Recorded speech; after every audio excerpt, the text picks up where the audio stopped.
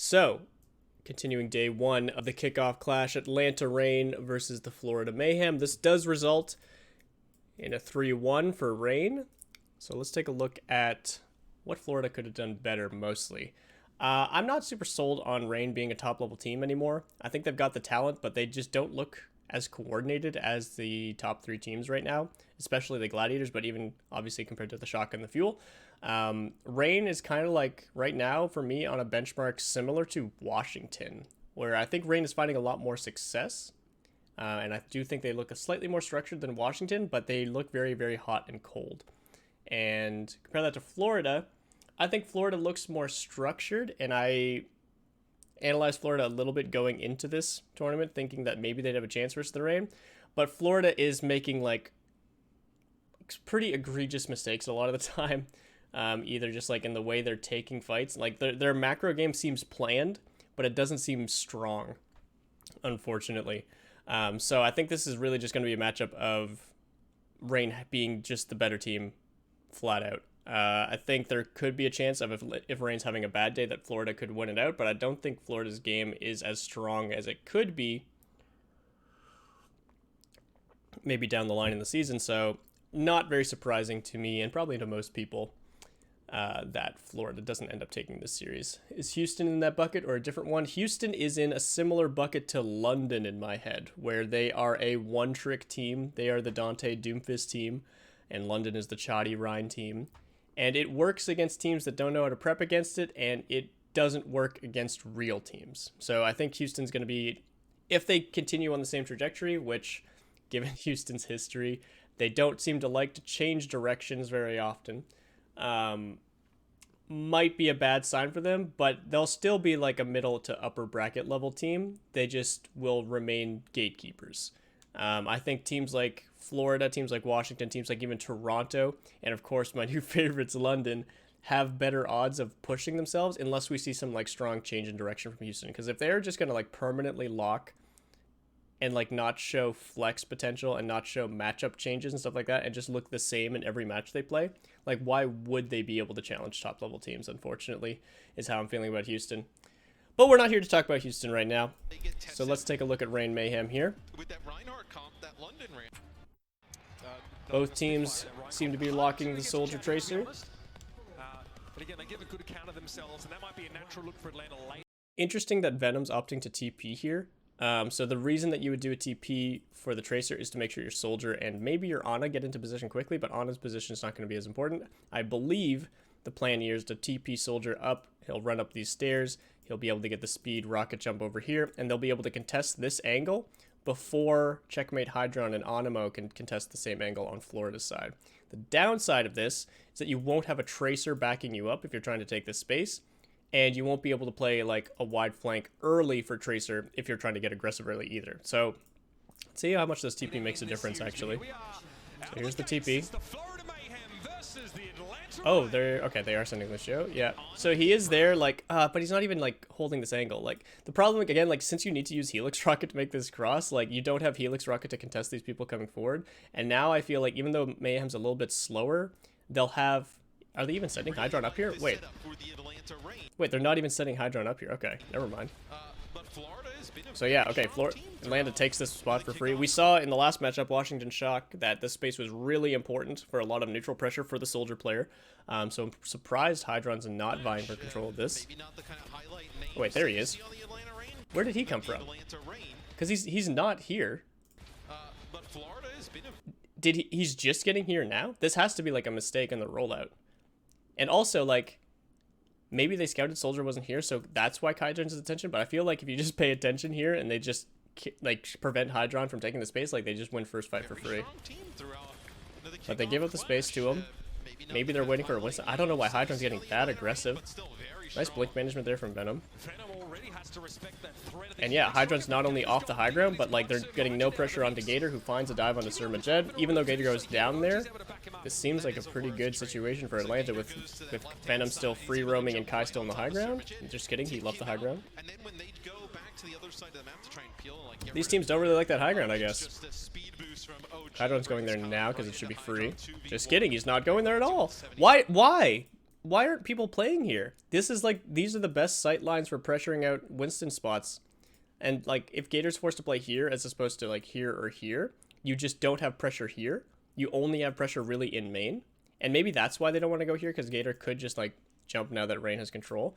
But like without a soldier here, I feel like you just run soldier Lucio up there, and you play a little bit passive as Ana here as the fight starts out, so you can hit like maybe a single dart, maybe if you're lucky like an anti-nade on the Gator, and you can turn that into a kill, but that's extremely optimistic. And then you develop soldier positioning from here so that you can hit spots like this and like this later on. On that side of the map. But they're opting for this right side here, which is good for taking control of this, but it's really hard to develop from this. Like, sure, it makes Ultraviolet not as aggressive. Like, there's a little spot up here you can see over the fence, and there's obviously this angle here you can get around the fence, and he can't take those if they have control of this spot. But also, like, they don't need control of that spot as long as they have control of the point, which obviously they do. So I don't know how Florida develops from here. They run it down main apparently, and they get pinched by Venom. Gator went way aggressive here. Like, all Gator has to do here is keep them here, and this is exactly what this bubble is doing. But then his choice to like dive here is extremely optimistic. He's like, if he was Genji, this would make sense, because like you get the kill reset and you can dash away. But like, where does Gator go from here? Like, I guess he was trying to prevent them from going in here. The way you would do this better is you would get like, if you saw them playing like this on this far on the ground, instead of investing the bubble right away as Gator, you would try to hit like an Ana nade from Ultraviolet's position, and then Venom could still hold this angle. Kai can pressure either from this angle or go wide here and pressure from this angle and develop into this angle, and then Gator can choose to either bubble if they try to push through him to keep them there for longer, or have the option to jump here and bubble and get backed up by Kai's damage.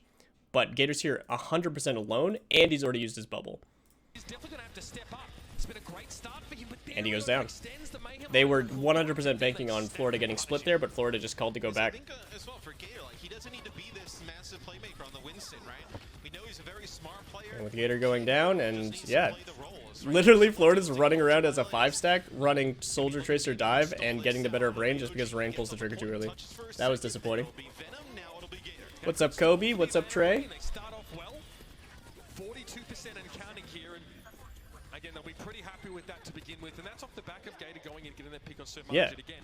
Punishing that Ana positioning at the start of these fights is a great way to pave the road to success. Venom developing here. I like this. Look how smart Venom is getting behind this Ana. They're like guaranteeing that Venom, and Checkmate's doing nothing to mark Venom on the retake. So typically, when you're taking space, you want to be as aggressive as possible as Venom is here, so you can get an unsuspecting angle and like force a pinch, because it's pretty obvious where the core is going to engage from when you're taking space. They're going to come from the front line, but Tracer doesn't have to come from the front line.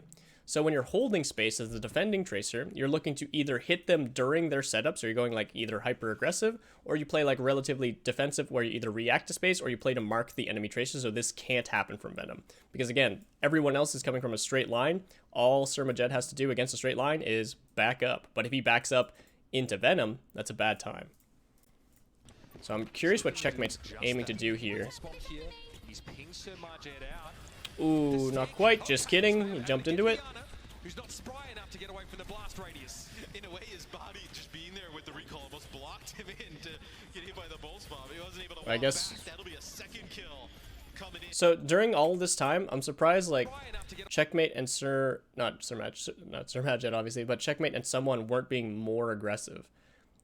Because Venom did this solo, which is impressive, which again, something Tracer can only do with Pulse Bomb. So nice job. But then we see Checkmate over here and someone over here. And while it is their point and they're trying to draw them into the point here, this obviously was like very telegraphed in their position. This kind of reminds me of on New Queen Street when they play like in the Mega Room. Like, it's very defensible. This place is very defensible, but how do you develop out of this once you don't want to be here anymore? Once you get surrounded by Venom, once your Ana goes down, you have to go somewhere. Where do you go from here? I would say the best bet would be for, during this opportunity, if someone was threatening more forward space, and same with Checkmate, if they were threatening more forward space, they'd be able to catch someone like Kai or Ultraviolet or OG even, trying to get into this fight that Gator's opening up off the back of Venom. But they're stuck in a hole. I mean, another way to look at this or phrase it is like, how often do you see Winston players and Soldier players in like the same square foot in this composition? On the same team, I should say. You see Winston's jumping the enemy soldier all the time. That's a tick mark in the box for me, Matthew. but you typically want your soldier holding more passive space when your Winston is threatening the aggressive space, so soldier has the most uptime possible. It's only 23% for Florida to find. But here, this third fight, this is where those ultimates start to get poured out here. Venom is just running a circle around Florida, forcing Checkmate's recall there is huge. Again, without recall, Checkmate wants to be the aggressive one, finding space, creating opportunities, so Venom gets aggressive early before Checkmate can set up, forces a recall. This completely gimps Checkmate's ability to play as aggressively as he would like to, and now it's on to other people and probably some ultimates on Florida's side to open up the space here, which they've got a few to spare. So that's good. Again, they're doing just like a 5-man rotation. Guess what's easy against a 5-man rotation? Walking in the other direction. Nice job from the back line here. OG is looking for a boop to stall out Gator. Or not Gator, someone. Ooh, Hydron randomly finds Venom. All planned, I'm sure. Nano attack from Kai, though, will burn someone down. And yeah, that's a full stabilization. I'm surprised the beat from Animo. Yeah, the beat from Animo didn't hit someone here. And he was slept. So yeah, this is just, unfortunately, bad timing from someone to get LOS'd and slept at the same time from the beat. And therefore, he's got no juice. He should have jumped away way sooner, knowing that he didn't have the beat there. And knowing that they didn't have the advantage they thought they had because OG also beated. Ooh, Kai getting a little aggressive here.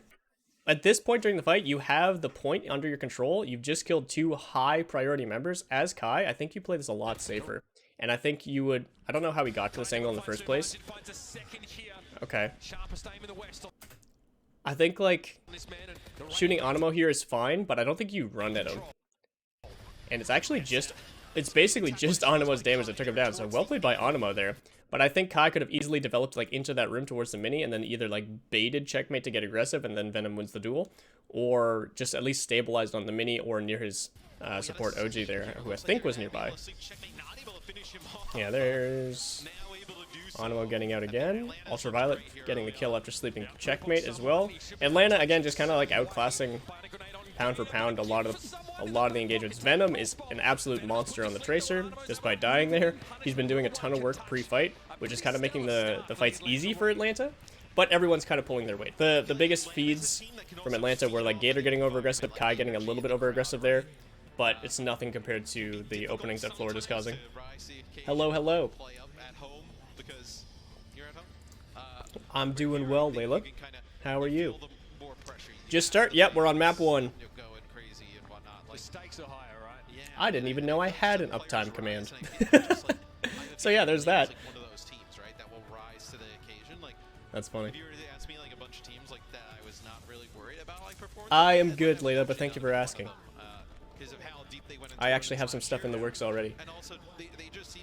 These are the travel as well, the turnaround. Yeah, and they just seem like they're not really phased by any of the chatter or the talk or whatnot. They always... Alright, composition-wise here, Atlanta again opting for the TP, which I don't like on this map at all. The soldier positioning here is not as high priority as having your Tracer relevant on the opposite side of the map, or even on the same side of the map if you want to do a full 5-man rotation here from Atlanta. Yes, like, the TP distance here is decent as a map, but you need to think about what you're getting out of the TP versus what you're sacrificing in terms of who has to swap for the TP. So I don't like that Venom's kind of gimped now because it kind of limits their ability to take a neutral fight at the halfway mark here, because Venom's not going to be here as Tracer, he's not going to be with the team, so they can't make like a 5-man aggressive rotation here, and they can't make a collapse play here. Maybe they're okay with that because they're scouting Hydron on Widow, so they want to play their half anyway, but I wouldn't normally bank on that. Hydron is a really good Widow player, which is probably why they might be assuming it, but I don't know. I hope this isn't something they just do because it's Ilios Ruins and they actually have plans for the TP. But otherwise, this positioning is pretty standard. They're trying to force this bridge under their control because the LOS from Widow angles is pretty good, and soldier development and Ana development from here is pretty good as well. The problem is you don't develop from the space by yourself. You develop it by people overextending around the point where Winston bubbles can cut them off. People overextending through a choke where you can just all-in rush them even after like a nade or a helix rocket hits. Or by Tracer taking attention or opening up space through damage, which forces people to fall back this way, which then you can collapse on. So what normally happens here is Gator will like hit this halfway point, maybe like drop here, maybe start contesting this corner, but he'll be basically waiting to bait attention into soldiers' sightlines, into on-nade sightlines and stuff like that, with the ability to jump back, or the ability to double down, commit with a bubble, knowing that like if meaningful damage comes through. Florida's composition playing a little bit more baity, I suppose. It looks like they're leaning this side of the map to play more into Hydron's sightlines. So Checkmate just needs to be really, really careful here because they actually almost want this rotation to happen as long as they can counter-rotate with Hydron, which is not a guarantee. But if Atlanta ever forces themselves where they have to come out of a choke point, that severely limits Gator's playmaking ability to actually find meaningful jumps. And as long as someone can keep them in position for long enough, Hydron should have a high uptime, and Checkmate should be able to do what Venom's been doing on the previous round and finding pinch angles and stuff like that. So let's see how this rotation goes first fight. Come in, play pretty awesome. Widowmaker here for Hydron. The Widowmaker is very scary. That's a very aggressive angle. Again, like, if Venom's here on Tracer, Hydron's literally dead right there. Oh, Looking across the map. Tattoon Top, thank you for the follow. And Ignesco, hope I'm saying that right. Welcome, welcome. Thank you for the follows. Venom getting very aggressive now. So he chased out the... What? He's chasing out nothing. He's zapping someone, which is good to force someone to be overexposed here. But I would actually rather see Venom either, again, like with the team forcing this rotation and then like brute forcing their way out with 5 people, or controlling the opposite side of the map, creating opportunities and just relying on Kai's consistent damage. Maybe because they know they have the Widow, they're feeling a little bit rushed here. But yeah, that seems really early. Both Gator and someone committed on point there, and I don't think that benefits Atlanta as much as they might think it does. Venom goes down after a nice body shot from Hydron.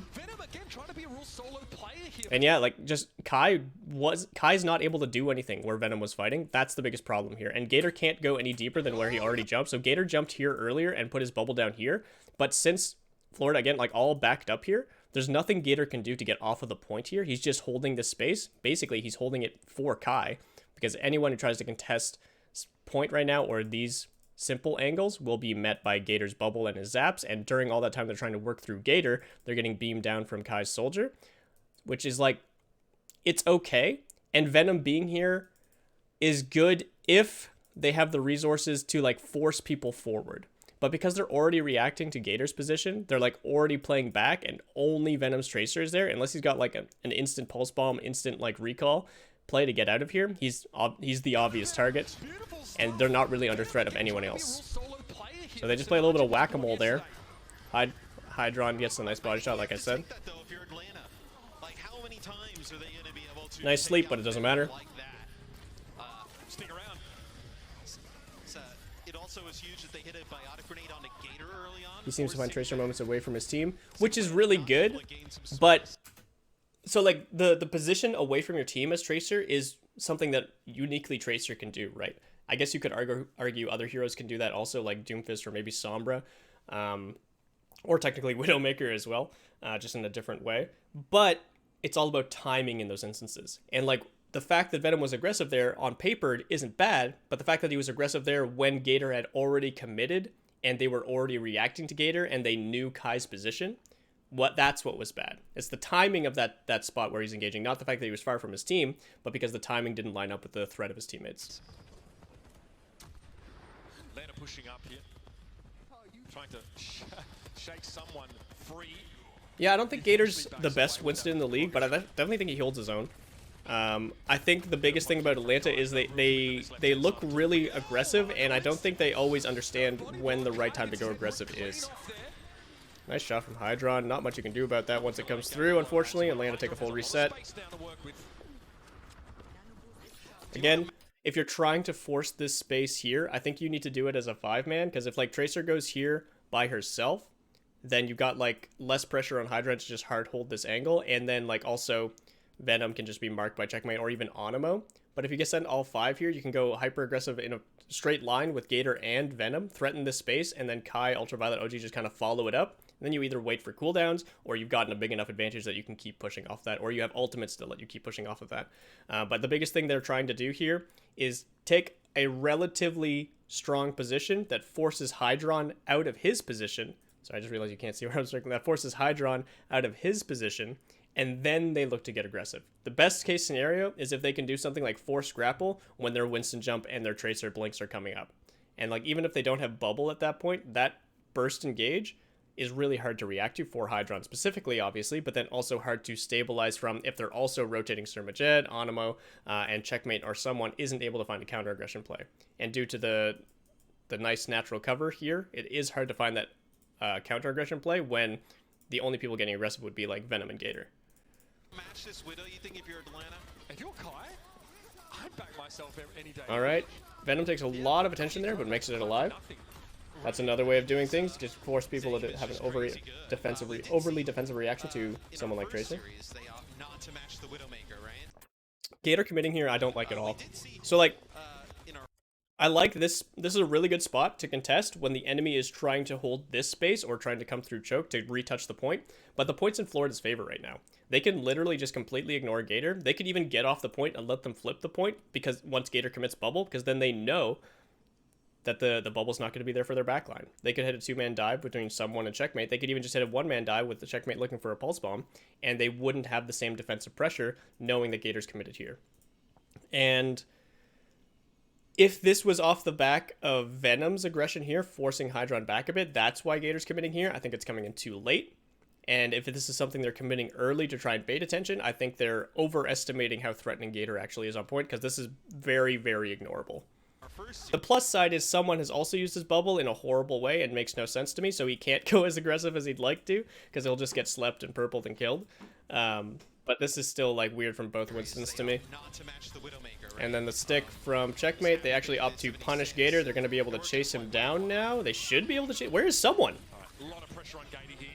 Why are both Tracers just work completely independently? I mean, like, it works in Florida's favor because like they're not on the clock because they own the point. But again, like both Winstons there, I don't like how either of them committed. What does Gator do instead of that jump? He doesn't commit bubble. If he's jumping and he's getting forced down, I don't think he should have been jumping in a situation where like he didn't have Venom's pressure up, or he didn't have Kai's sightlines up, or he just doesn't commit to point and they go for a play like this to rotate, or they go for a play like this to go wide and they can set up a Kai angle over here. Or he jumps in to try to take attention and then either reacts to the amount of attention that actually goes on him, which reacts to a bubble and then creates space. But if you commit and then you commit bubble and they don't do anything to counter aggress you, which honestly they even did by sending Checkmate to go kill him. But if you just don't commit as hard here and you leave your options available to back out and then use your bubble defensively, you can almost like bait attention on your backline as well. This kind of happened with Meg on the Justice yesterday when we were looking at Ilios Lighthouse, where Meg jumped to point and I had no defensible reason why, but just the fact that he had jumped, which is a really short cooldown committed, opened up a window for Shock to just go all in, knowing that Meg wasn't there to bubble his backline, even though Meg hadn't even used bubble, which is just like a case of like why you don't commit Winston's resources early, because it kind of shows your hand. Once Winston's in a location using his cooldowns, you know that's the extent of his presence during the fight, unless he's got Primal, obviously, and you can just act around him instead. You can either act against him or around him at your own pace. And I think this is especially true when Atlanta don't own the point and they know they have to go first. They need whatever they use first to guarantee like attention or some sort of reaction. And if they don't guarantee that, they're limiting their options. The Nano onto Kai here. He's saving the attack visor though, because he's getting primaled.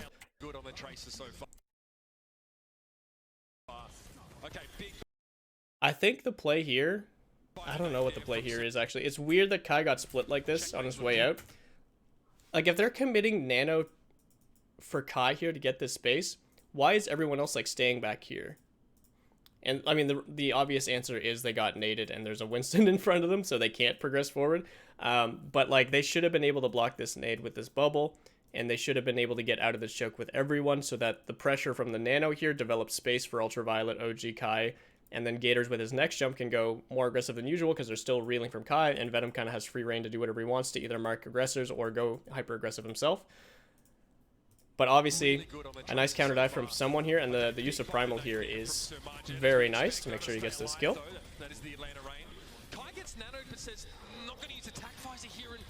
Is the Nano Soldier worth it versus Nano Winston? If everyone survives the Nano Winston, it is. the Nano Soldier will do more as long as they get the space to do it. And Kai got the space, but then no one was able to follow him, unfortunately. Mainly because of the anti-nade. I think the anti-nade there was more important than either Nano. And it's just over. Biggest thing I'm seeing is a lot of dependence on Venom finding early value. He got a lot of early value on Well. He did not find the same value here. Hydron was basically untouched by Gator the entire round because Gator committed on point twice that I didn't like.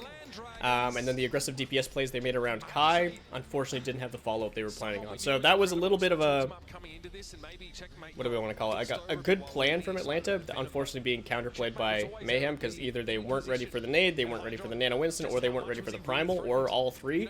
And then maybe they got a little bit optimistic with their take. But it happens. This is, unfortunately, the nature of King of the Hill. Because of the amount of, like, taking and retaking of space in very predictable areas, this does become a bit of, like, a deathmatch type of map type. Just because teams are, like, so well practiced on these areas, obviously, but also just, like, the linear sort of nature mixed with, like, the rotation-heavy nature of Koth points. It's a lot of things. I'm failing to explain this properly. But basically, when you're playing Koth, compared to other map types like Payload or Hybrid, where you have one side attacking, one side defending, it's a lot harder to get creative because the map types are, one, smaller, and you have less options because you know you're going to the point every single time. It's like if playing King's Row was like you had to cap King's Row first point 3 times, and every time you capped it, you got like reset back to spawn or something, and then everyone from the defenders went back and took it. So every time you're like pushing in here, there's only so many types of takes you can do because of the small nature of these maps. But also, the defenders have so many more options because as soon as you take like a creative option, like say something crazy happens, like Kai tries to run all the way across the map and take here, then the same positional advantage exists for Florida on the opposite side of the map. Giving up space as a defender on King of the Hill is not a disadvantage like it is on Hybrid or Payload. That's what I'm trying to say. Your attack options are limited and your defending options are flexible. And as long as you've got good scouting and good reads on what the attackers are doing, it becomes very, very hard to create those opportunities. So it does come down to a lot of like individual playmaking, and it does come down a lot of the time to like, I'm sure you guys have seen stats about like whoever wins first cap point on a lot of maps like tends to have a pretty strong advantage and stuff like that. There's a lot that goes into that, but I think Atlanta played too predictably and a little bit not enough respect on that someone play. More of a go first or go second, especially in the mirror. I mean, that's honestly most team fights. But yeah, you basically need to have like an individual outplay, or you need to have like a hard read on an opponent to properly retake a Koth point. Or you just need like a huge ult economy advantage, which doesn't happen too often.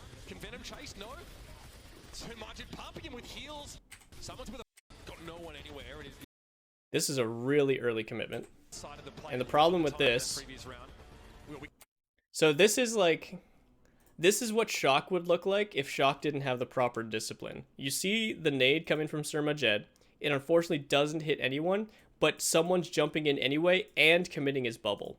And Checkmate's triple blinking in, of course. So this is really good play if they find a kill.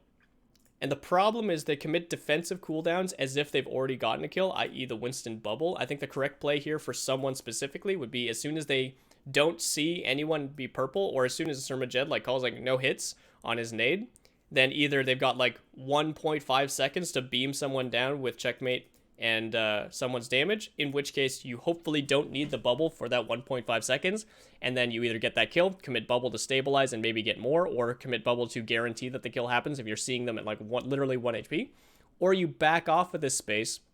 You could even go here. You could go towards Cage. You probably want to go, obviously, towards your honest healing angles and stuff like that. I think the best way to develop, obviously, would be, unfortunately, down main, because Winston has controlled these sightlines. But you try to play defensive with your bubble rather than doubling down aggressively. They're acting like the nade hits. They're acting like they're getting kills by committing this bubble here specifically. It doesn't matter for Checkmate because he's got recall, but it definitely matters for someone. And then he goes down. I mean, this is the best position he could have taken, but without his bubble to, like if he was able to jump here, I guarantee, like, his bubble blocked, like, maybe 100 damage. So, like, if he was able to save his bubble and jump out a little bit earlier and have his bubble now, he would completely stabilize all this aggression. He might even force Venom to recall after trying to chase him. But he goes down. Surmajed. Wait. I think it's, yeah, I don't think it's intentional. I think it's just he probably fires asleep towards the Winston. I thought he was trying to heal up someone, right? Yeah. Either way, you take those. It's a trade here. Venom a little lower on health than Checkmate was when he turned up to the point, so this is definitely now. Oh, okay. I was gonna say it's definitely in Florida's favor, but Gator going down. Both these Winstons dying incredibly early. So again, like, what is Gator's purpose for aggressing here? It's already hard for them to retake space here because we've killed someone. They don't have something to open up space. They're both Tracers are committing on point. Again, Tracers are over here playing Tekken 7. They're doing their own thing.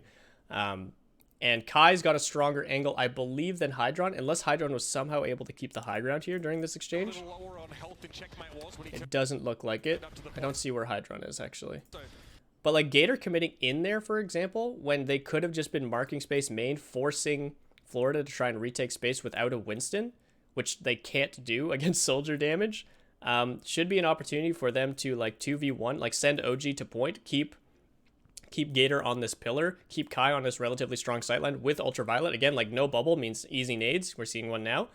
And just hold that space, guarantee the Tracer duel wins, and then just develop from there. You have the Winston, use it, and then by the time someone's back, you've hopefully capped the point, or at least forced Tracer off of the point, and you're starting to cap the point, and then whatever commitment someone does to either get to the point or create space, you can either then abandon the point or double down on the point to either flip it in your favor or try to counter their engage on the comeback, knowing that you've got more resources and they're using them more aggressively. He'll have to go back for a mini health pack. Hello, Root. Welcome to the stream. But yeah, Gator going down means like the stability is now gone, and it's going to be up to Kai and Venom to find something almost immediately. Another nade hits Hydron. Kai does find Surmajed, but OG goes down in response. They get the point here. This is an okay position to be in for Atlanta, as long as they can force something. Florida's opting to stall at the point here, and Hydron goes down. Oh my god, what is happening?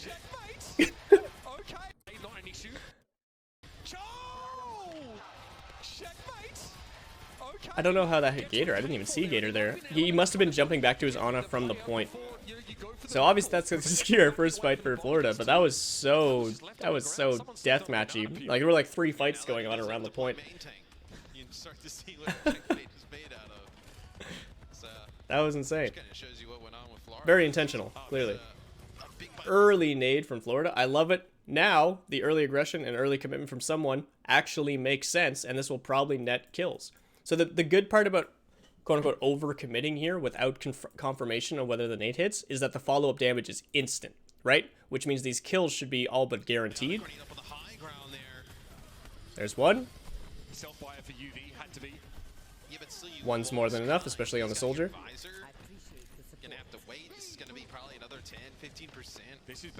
Again, that's a kill on Kai with just base resources, but some of the strongest base resources in the game, obviously, with the anti-nade, Tracer's full commitment, jump and bubble from someone. Why is someone playing there instead of, like, on the high ground? Like, there's literally no reason I can think of. Like, unless he's, like, literally trying to hide, which, I mean, if you're trying to hide anyone, I don't know if someone's the highest priority. Like, you could be holding up here, avoid the Tracer damage. You could be holding up here. This is definitely where I would like to see him holding. You could even be holding, like, it. Nah, that's too aggressive. You just get singled out. But yeah, like, just be here. Fall down on people. I don't know where that accent came from. Fall down on people, drop a bubble, jump away. Now you're guaranteeing you need to jump into the fight if you want to get aggressive, which means this space is a lot safer to take from Atlanta. And he's also getting poked out anyway. Why are you wasting time, and what are you doing? Like, it's, if I'm the Winston player here, and we're holding this position for plans on hitting, like, this target here, like, the only reason you would hold this is, like, you're planning on 5 people walking past you and you getting free zaps, which is not going to happen in the Overwatch League. So, like, as soon as you see a Tracer contesting you here, I'm jumping. I'm jumping to my high ground if I need to. I'm jumping to the pool. I'm jumping above point. I'm jumping above the enemy high ground, which I'm standing right beside to get away from this Tracer. The last thing I'm doing is committing a goddamn bubble. one, the bubble does nothing to mitigate damage against a Tracer or a Winston, which are the only two threats in front of him right now. And two, it's your only defensive resource that you want to get aggressive with, because that's the only thing that benefits these people from finding space and holding enemies in position. Like, that's the whole reason you're starting here is Winston. And I get that he has Primal, and he was just probably trying to build his Primal, and he was going to, like, bait over aggression onto himself and Primal people, and then, I don't know, Hydron kills everyone with Attack Visor. That's all well and good. But, like, don't play like that's a guaranteed play. Play like normal. Play smart. Otherwise, you're just going to get farmed. You're not going to get the ideal play that you want. And, I mean, in this case, you're going to die. Okay, well, Primal doesn't come up in time. They lose someone. And they're just going to flip the point because of that. They're beating. Never mind. Nano Attack Visor. They only Nano Attack Visor here because the beat came through. Which is okay trade, but I think I would rather have beat for the retake here if I'm Florida, because you've got other ultimates. But maybe they thought they could take advantage of Atlanta. I don't know.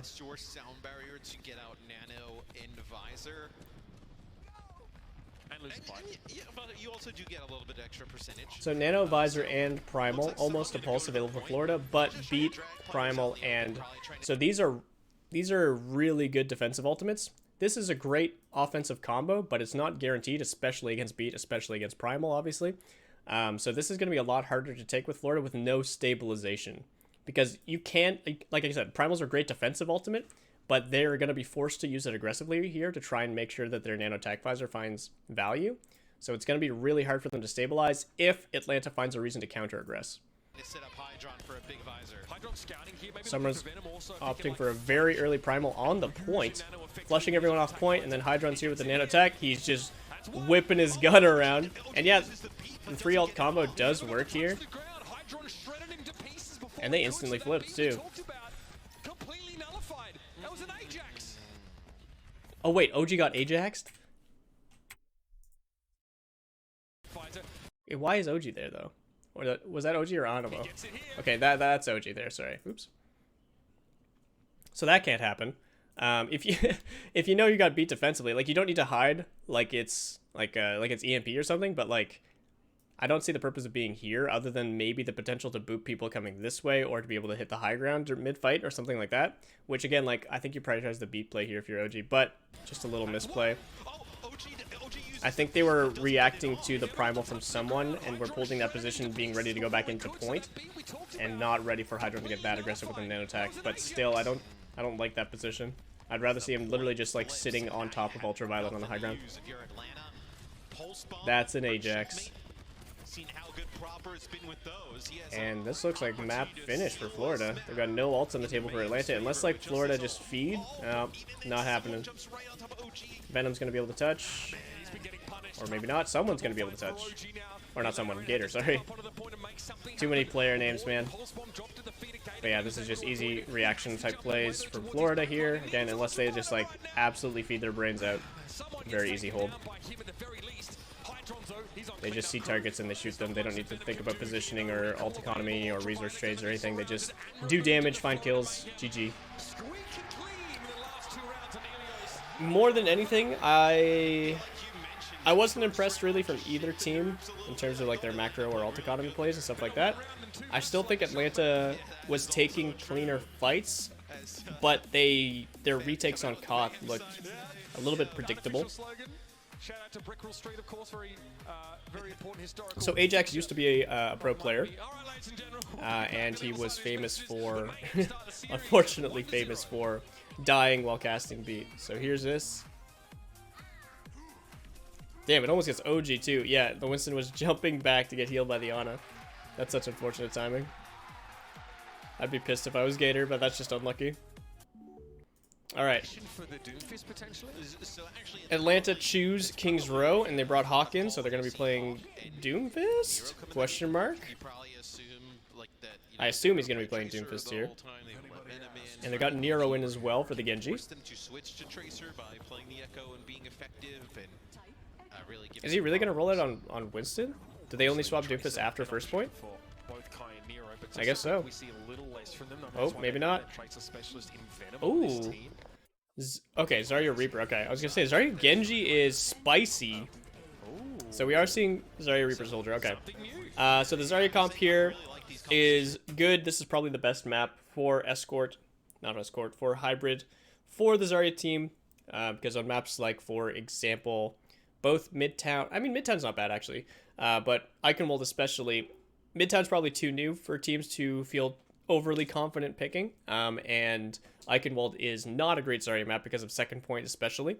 But first point, King's Row here, and most of second and all of third are excellent for Zarya's range, Zarya's angles for bubbles and stuff like that. The hard part about first point here is there's a little bit of distance, like from here getting like into the high grounds around first point, which might be a problem for dealing with Hydron, but as long as they position Kai and Ultraviolet with like escorts from OG around the map, and they can take at least even trades with Hydron, then Hawk and Nero can get really, really aggressive with the bubbles. So let's see what they get here. Defensive bubble, yeah, they're opting for a rotation. What team was I watching? Was it the Fuel? What team was I watching where they were so close to doing this exact same rotation for the exact same type of threat for dealing with a soldier on this high ground, but instead of doing that, they just ran it down mid. Was that Fuel? Yeah, that was Fuel. I don't understand. That's just cockiness. So strong. We see Dallas Fuel. Like, take the 15 seconds it takes to rotate here, to get your people up here, to get your soldier and your Lucio up here specifically. Like, you can have your Lucio dancing around here, you can have your soldier here holding this angle, but also having like your Ana back here to mark this angle, heal these people, and then scout threats here, as well as have better nade angles, better soldier angles, more threat for developing on the high ground, and Zarya Reaper still do exactly the same thing. The only thing you get from being on the ground here is the option to rotate Hotel, which blows its absolute cheeks, or just more people on point, which is not that important, or the ability to like punish people who get over aggressive, which if they're getting over aggressive on your Zarya Reaper anyway, like that's fine. Like you still have all of these members who are like way higher priority the longer the fight goes. As long as you keep these members alive with bubbles during that engage, everything's going to go fine for you on attack. So really disliked the way Fuel played King's Row on their attack, but I like what Atlanta's showing so far. Let's see if it actually works out for them first though, before I talk too much about how good it is. And now they just force someone out. No way someone just dies, right? Okay, yeah. Again, like, I don't think committing bubble here... Like, committing bubble here is not bad, because again, like, they're not going to instantly chase you. Like, this distance is relatively far for this composition to do much. Like, if you had a Tracer, maybe you'd be scared of this. But committing bubble here, compared to where we saw bubbles committed aggressively prior from someone, is fine. And it is buying time for these members to answer back. Like, this nade... If it gets answered back by a nade from Zermajed, sticky bombs from Checkmate, what's it called, Helix Rocket from Hydron here, this could actually work out really favorably despite someone being forced out of the fight and being traded out with full cooldowns. But they don't find it. Oh wait, never mind, they do find it on Hawk and OG, but unfortunately I don't think Hydron's there to clean it up. Oh, Hawk, how are you alive? They take the Mega, actually. Yeah, look at all that healing from Ultraviolet. Now, see, like, this kind of jump from someone is almost required for dealing with all these threats that are about to wrap this high ground. So, again, I really like this play. But now that they've played only defensively, Florida has done nothing but give up space. They found some opportunities to equalize with kills when they sometimes... Okay, so I'm going to just define the word equalize a little bit. So when you are down in a fight, and this doesn't mean like you've lost a member or like you're just behind in ultimates or whatever... down in a fight just means like when you're at disadvantage, you want to find a way to retake advantage somewhere else. So obviously, an example here would be right here. Someone does not have advantage in this position, and he's forced to use his cooldowns and his life, and he gets anti-naded. This is a disadvantage for someone specifically. This can be equalized by an advantage play from someone else. Like I mentioned, Checkmate Sticky Bombs, Hydron's Helix Rockets, Zermajed's Nade, and this is exactly what they tried to do. They gave up space, they used defensive resources and cooldowns, and they try to equalize with something back. This is a good attempt. Unfortunately for Florida, it doesn't net anything in terms of actually forcing... It doesn't force Atlanta to give up the space. It doesn't force high priority cooldowns like Winston Bubble, which are longer than Zarya Bubble's cooldowns. It doesn't force a kill, obviously, would be a big one. And so, they weren't able to equalize. They have more chances, though. They've got the chance when they hit this choke. They've got the chance if they decide to drop the point. They've got the chance when they decide to commit bubbles to try and equalize off those advantages that Atlanta's pushing. But instead, during all of this, Look at all this space they're giving up. They can no longer contest here. And Atlanta haven't even done anything. They're giving up space basically for nothing because they're worried about Atlanta's engage potential. They're jumping defensively here in response to TP bubble, which is good. This forces Reaper's Wraith. It forces he has to give up space. This is a good equalization. But is it enough to cancel out like the rest of these threats coming through? This is technically an equalization, like someone for Nero and Hawk's cooldowns. That's fine. But also Hydron dropped off the high ground. Also, we're still giving up space. So this really isn't equivalent in terms of what Atlanta is getting for what Florida is giving them. And now they're just running at the back line. Ooh, but this is a good equalization play from someone hitting them in the back now. And actually, yeah, that was actually sick. I was so sure this rush was going to find an instant kill. But look at the HP bars here. Like, no one's taking damage, and I don't know how no one's taking damage. I mean, it's because they don't have their Reaper there. And in order for Soldier to actually do damage to these people, he needs to, like, wrap this corner. Same with Zarya. And look at this conga line we have going on. If this is an aggressive play you're making from Atlanta, if I'm Atlanta's coach right now, my hair is falling out. I'm screaming my head off.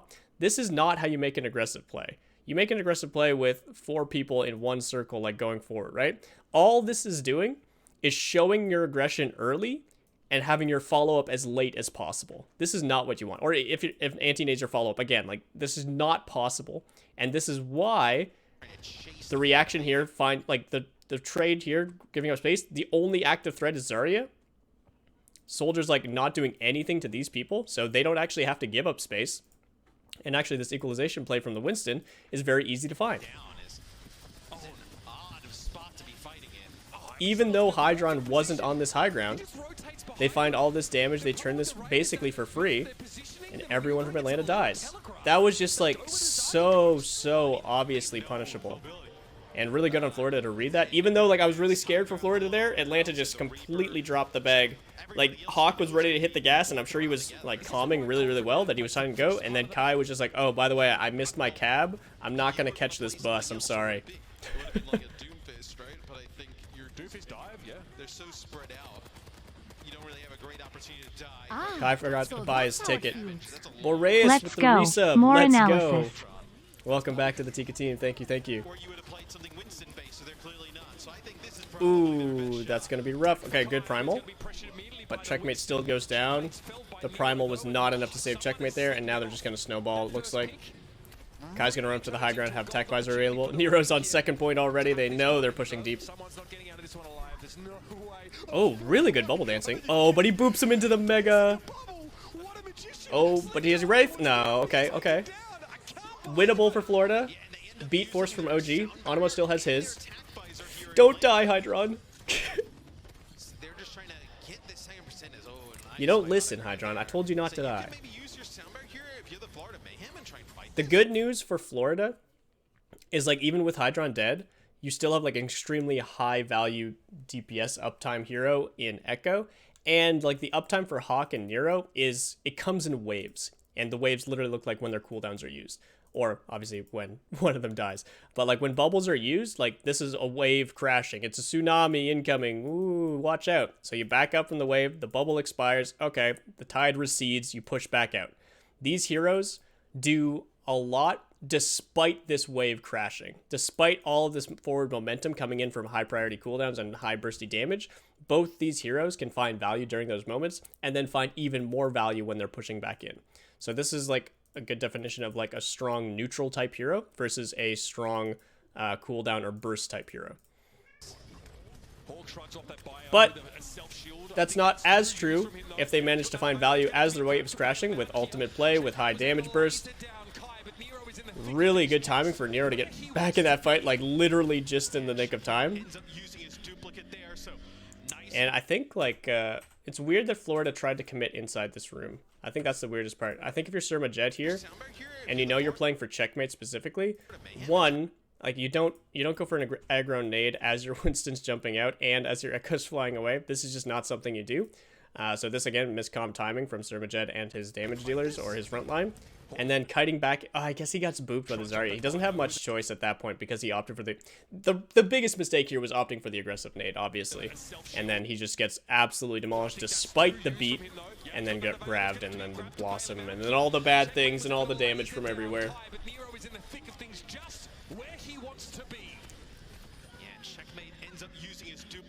I think that's actually really lucky timing from Rain. That or like Nero screaming like, I'm almost back, I can fight Hotel.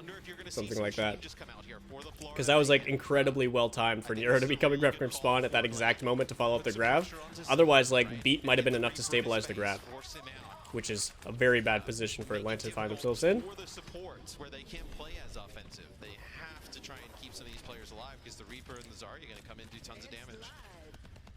Florida opting for complete high ground pressure. The answer here from Atlanta should be to flip the map.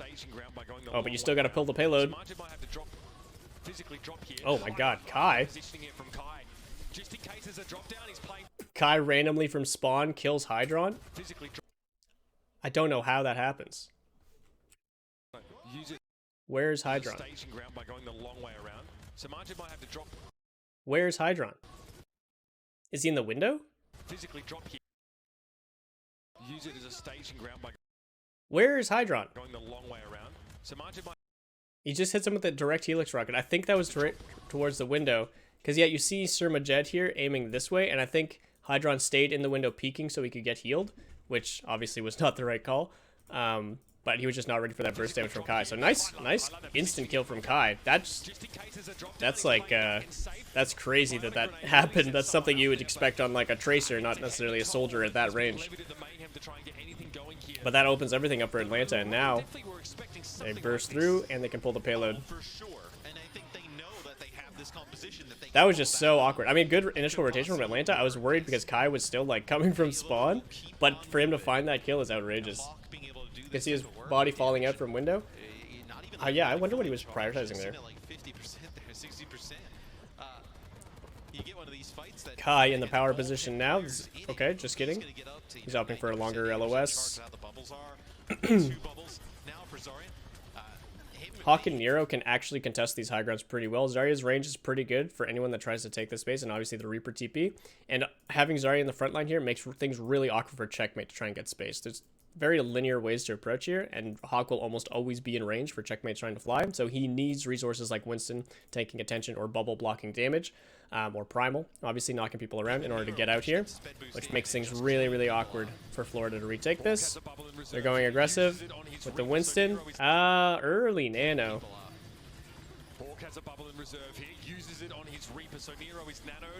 I don't think Reaper's going to get anything here. Good defensive play here. They react to the Winston jumping in, but I think they recognize immediately, like, Winston jumping in not because they're trying to start a fight. I mean, Florida's reacting to this. Florida realized that Winston's jumping in not to start a fight, but to pull out these cooldowns like Hawk's bubbles, and they get something even better from Nero's getting nanoed here and then all his cooldowns forced. This does force the primal from someone, but this is a-okay. This is what I'm talking about for Checkmate to become relevant during the fight, because now with everyone backing up, Checkmate can take high grounds like this, can look for sticky bombs, and Hydron can be at this angle as long as he doesn't get contested, which he is right now, but he can do relatively safely. Oh, Checkmate, that's pretty low to the ground. Let's not forget we can fly. Yeah, there's Checkmate going in, but the nano... Oh, the nano hits Hydron with the tac visor. So, nano tac visor is a really good closing tool, but like one bubble being down and like the enemy nano being used and forced out, it's not that you're ahead in that fight, it's that you've stopped Atlanta from being at advantage here.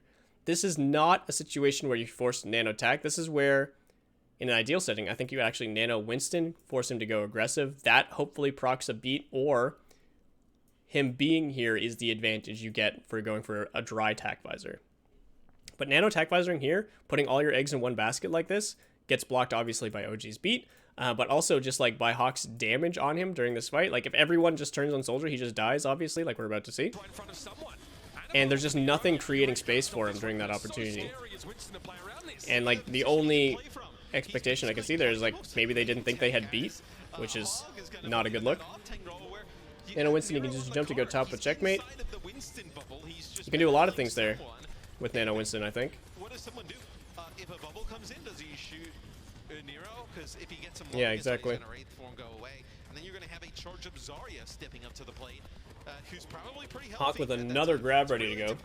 This is a very scary moment for Florida with only duplicate coming in. Bubble forced out early from someone as well. Again, like, if I'm someone here, like, how important is this space to my team? Not very? Oh, okay. It's just Reaper up here against me. Okay, just give up the space, jump away if you have to, but committing bubble, again, this is the same as like just putting bubble away from your team, and if they have the capability to, now either they can get aggressive onto you once your bubble expires, or they can go past you knowing that the most you can offer for your team is jumping back and like a little bit of zap damage. This seems like really bad cooldown management from someone. And I get that he's taking a lot of damage and he doesn't want to die right now. But like, unless he's blocking a nade or a sleep dart for that bubble, I don't understand why it needs to be forced. Because like, yeah, it doesn't buy him any more time. Now with no bubble, Kai hits the tack visor. Again, I'm not a huge fan of the tack visor just because it doesn't really go anywhere. It's a really good zoning ultimate, but if you're using this just to force this space forward, you need plan for Nero and Hawk to be like in their spawn doors. I think what a really cool play would be is if Hawk and Nero were like up here with OG maybe during this tack visor. Granted, Nero was the one that just forced that space against someone, so Nero can't be there unless he TPs. I don't know if he had TP available. But like, even if just like Hawk and OG were wrapping around here and Hawk's like at least like 60 charge, maybe even 50, they can just like rush here and then you're flushing them out into the tack visor, or the tack visor is pushing them into a high charge Zarya who has grab even.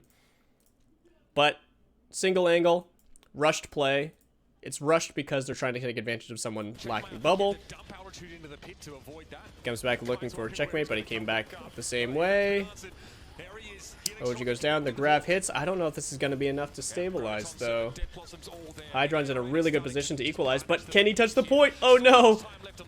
I didn't think about the payload pressure there. I didn't think they would just leave the payload. I don't know where someone ended up, I guess.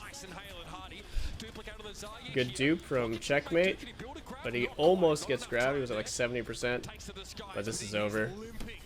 Over 2 minutes left on the clock, too. Yeah, biggest thing there from Florida, I think someone's kind of just feeding a little bit in terms of how he's holding positions. It was really good on first point when they had the angles to follow up that space, right? You need those ingredients to go in to that cooldown commitment. When he's just trading negative resources, like when he's trading bubble and positioning for Reaper's bullets, that's never a good thing. And it's happened a couple times now. Not always Reaper, but it happened against a Tracer as well. Remember, this is the Mayhem at 4th seed, and the Rain at 7th. Atlanta have a pretty comfortable blistering speed, yeah. So now you can Hawk Doomfist on defense. Play a little bit more aggressive. So Doomfist is obviously seen as a more aggressive tank than Winston.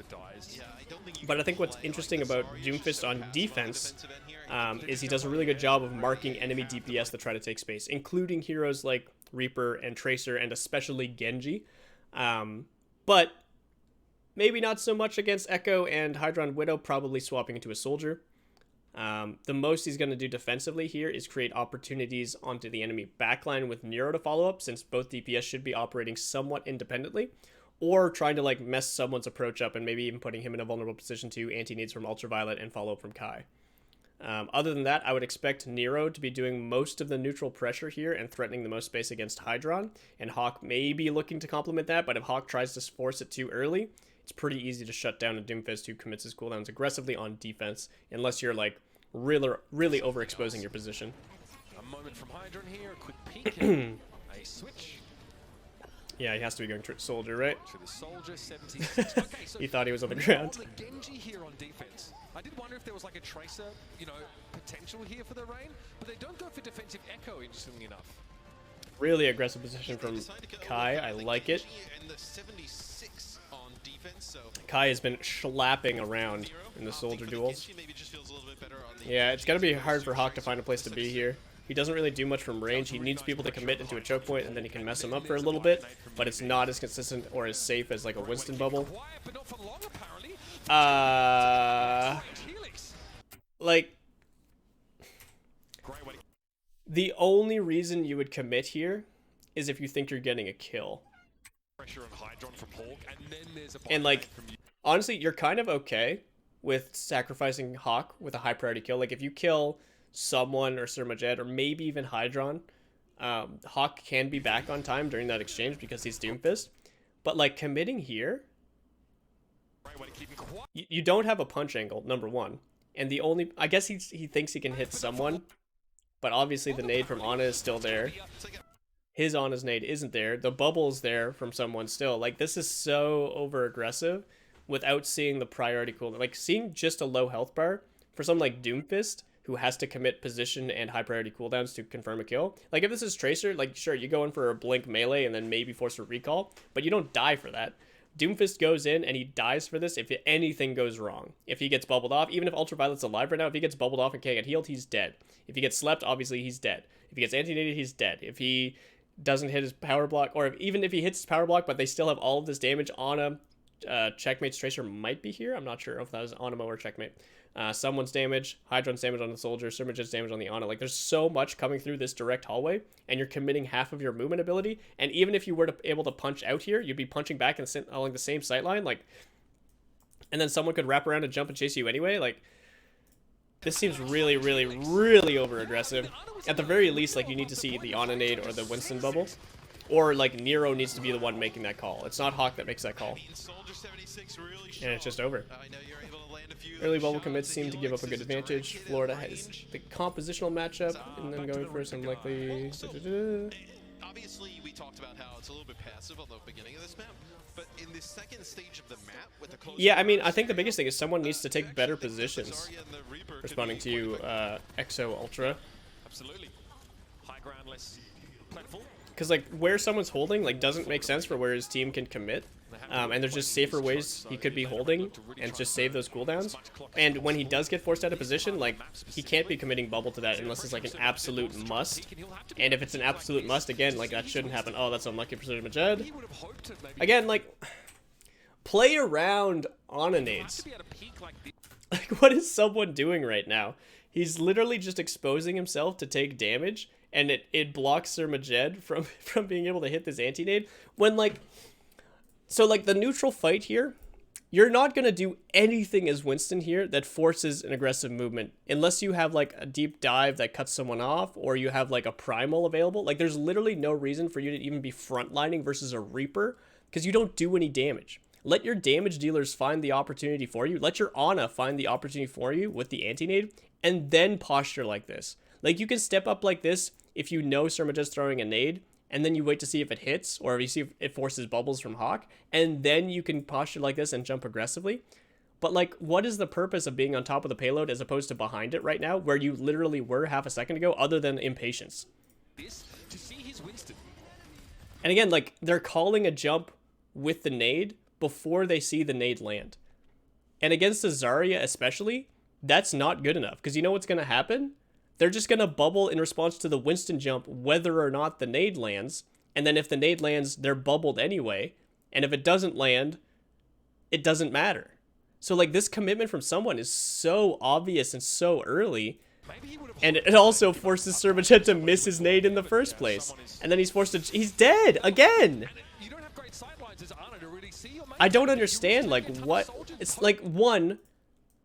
Doing this from the same angle, like, you need to have more composure doing this. Like, this is incredibly avoidable if you're just not impatient. But, like, you could also set up off angles. You could have an Ana go this way, play extremely safe, have Animo amp heal if he absolutely needs to, go for, like, an off angle nade as Winston's jumping in so that they can't clash like that. So you have a better chance of catching someone off guard with a nade. Set Ana up on a rotation up to high ground, and then lead with the nade and jump off from here so you can go deeper. I don't know, do anything more creative than, like, sitting 5 people on payload, throw everything in a straight line, and hope for the best against a hero with 2 cleanses. Damage. This is terrible for Ana. It's difficult. It's going to be difficult for someone to gain some space in this area of the map. Like, when he goes in, you're going to have the Reaper there. You're going Again, it is hard for someone to get space. It shouldn't be on him to find the space. It should be on ultimate pressure or DPS abilities. DPS burst damage that forces a bubble, DPS ultimates that threaten space, and nade from Ana that forces bubbles and threatens space. They're literally running it down in a straight line again.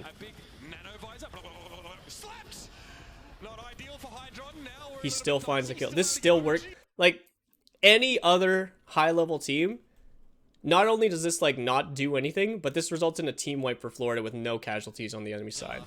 This is the most obvious engage I've ever seen in my entire life. Not only are they walking in a straight line, but they continue walking after they commit their defensive resources. So this defensive bubble here, and I say defensive because it's not technically offensive, because it doesn't do damage. But, okay, we're just going to call it the bubble. We're not going to give it a label. But this bubble here facilitates a fight zone in the street. It means that while Hydron is aiming this way, or aiming this way, aiming this way, anywhere in this general vicinity, he's safe. He cannot be slept. He cannot be anti-nated. He likely won't take much damage. But as soon as you push past this, all of those doors literally open as you're pushing through a choke point.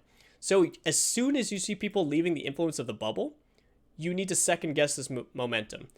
One of two things needs to happen. You need to either win an advantage, you need to be up in advantage during this bubble area of influence, or you need to have an additional resource that forces additional pressure. That would look like if Checkmate was like behind them as the Echo, or behind them in streets and you could push into Hawkiri despite the nano. This would look like if someone had Primal and he could push in here. This would look like if Surmajed hits like a massive anti-nade somehow past this bubble, like in this building. Then you push in. You almost have to treat this as two different team fights. The first team fight you won, you committed ultimates, you forced them all to back off. You didn't get any kills, but you won that space with those resources. To commit further here, they should all be dead. Walking into three people like this, I don't care if you're nanoed Hydron, like you should be dead. There's nothing giving you a reason to push through here. Someone's not even body blocking for you, like not even in front of you to eat damage or eat sleep darts. He gets slept. A few sticky bombs come in and then someone follows up. Like even if Atlanta just like kept kiting here, I don't know. This shouldn't happen. Even with Winston in here, there's no bubble. Why isn't Hydron dead? Not ideal for Hydron. Now we're a little bit dicey. He's still able to get OG and make a getaway. Ridiculous. That shouldn't have gone Florida's way. That was so optimistic, and it works because I think Atlanta panicked on their sleep dart a little bit, and they didn't have the follow up they needed to actually kill Hydron. But they should have been able to clean that up. Still caters to the primal urges of press W, use ultimate. Yeah. It's been a lot of teams who have made a decent amount of money off of W press ultimate. Shout out my boy Bumper. 3:38 on the clock here for the Florida Mayhem. Couple ultimates now for Florida coming into this. Let's see how they use them this time. Hopefully they don't just run in a straight line. Kai with a power position here on the high ground, unfortunately has to give it up.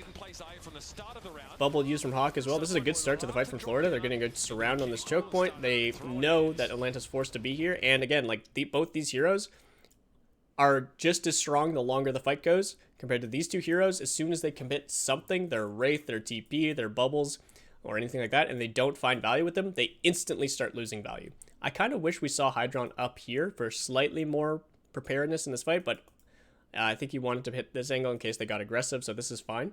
In order for Atlanta to burst out of this choke point without just falling to neutral pressure, they're going to need a big ultimate play, which they might force an aggressive beat for, but I wouldn't recommend that because Anima just responds. Or they try and build a grab before bursting out. I don't think Tac Visor is going to be enough on its own, but I mean, given how Florida's been playing it, maybe it will be. I think he's cautious, just trying to figure out where this Reaper's gonna go. Okay, they do opt for an aggressive beat. Or wait, was that Florida's beat? Who's beat it first? Okay, no, it is OG beating aggressively with a TP from Nero and a bubble. So a lot being committed right now. Again, this is very linear, and as long as Florida don't have it in their minds as like, oh, we're the attack team, we have to go in. As long as they like play to absorb this aggression right now, they can easily stabilize with Animo's beat, which is why I didn't like the beat engage from Atlanta, even though it's one of their only options right now. Someone does hit a decent bubble to stop some of their follow-up, but all of these people need to focus on right now is just living. Someone's got Primal, he can do whatever he wants, and try to stabilize position so that you can get back into this fight. Checkmate can probably do whatever he wants to because he can fly, but other than that, yeah, beat lands a little bit better for Florida, even though Hydron's on the flank. Someone gets slept, but it doesn't find anything. Yeah, this is all the ult set from Atlanta. They're coming up on grab, but this is really good defensive play from Florida. Now they go back in with Primal. Probably. Yes. And they should cap point off that. Yeah, optimistic ultimates from both sides. That aggressive beat I really don't like. I think it would have been better for them to try and farm a grab. Maybe they were anticipating being able to farm grab off the time window from beat and Tac Visor, but that's really optimistic because Hawk's range is so limited, and if they're already reacting defensively, the only way you would build grab during that is if Hawk's like constantly beaming someone during the entire beat, which of course Florida was already kiting back from, and also Onimo beated, so any damage Hawk was doing didn't charge ultimate. If Ultimate, especially, if there'll be a Winston bubble thrown down around it, ideally maybe you play around the timing of that, but you need to hit the bio. A fight win with a grab here. Yeah, grab needs to win a fight here. I think you can grab Nano, but I think you want to save Blossom, and ideally you save Nano as well. So this point is extremely strong for Zarya, by the way. Okay, it works. They do force a Nano onto Nero, but it works. How many people are caught in that grab? So that was Onimo and Hydron, which, yeah, those are pretty bad to get caught, obviously. And someone was kind of already dead as that fight was starting. Florida is okay with that because they just won the last fight with big ult economy, and Atlanta just committed 2 ults. Florida have a lot of priority coming in the ult game. They should be able to snowball a lot of space if they play it right.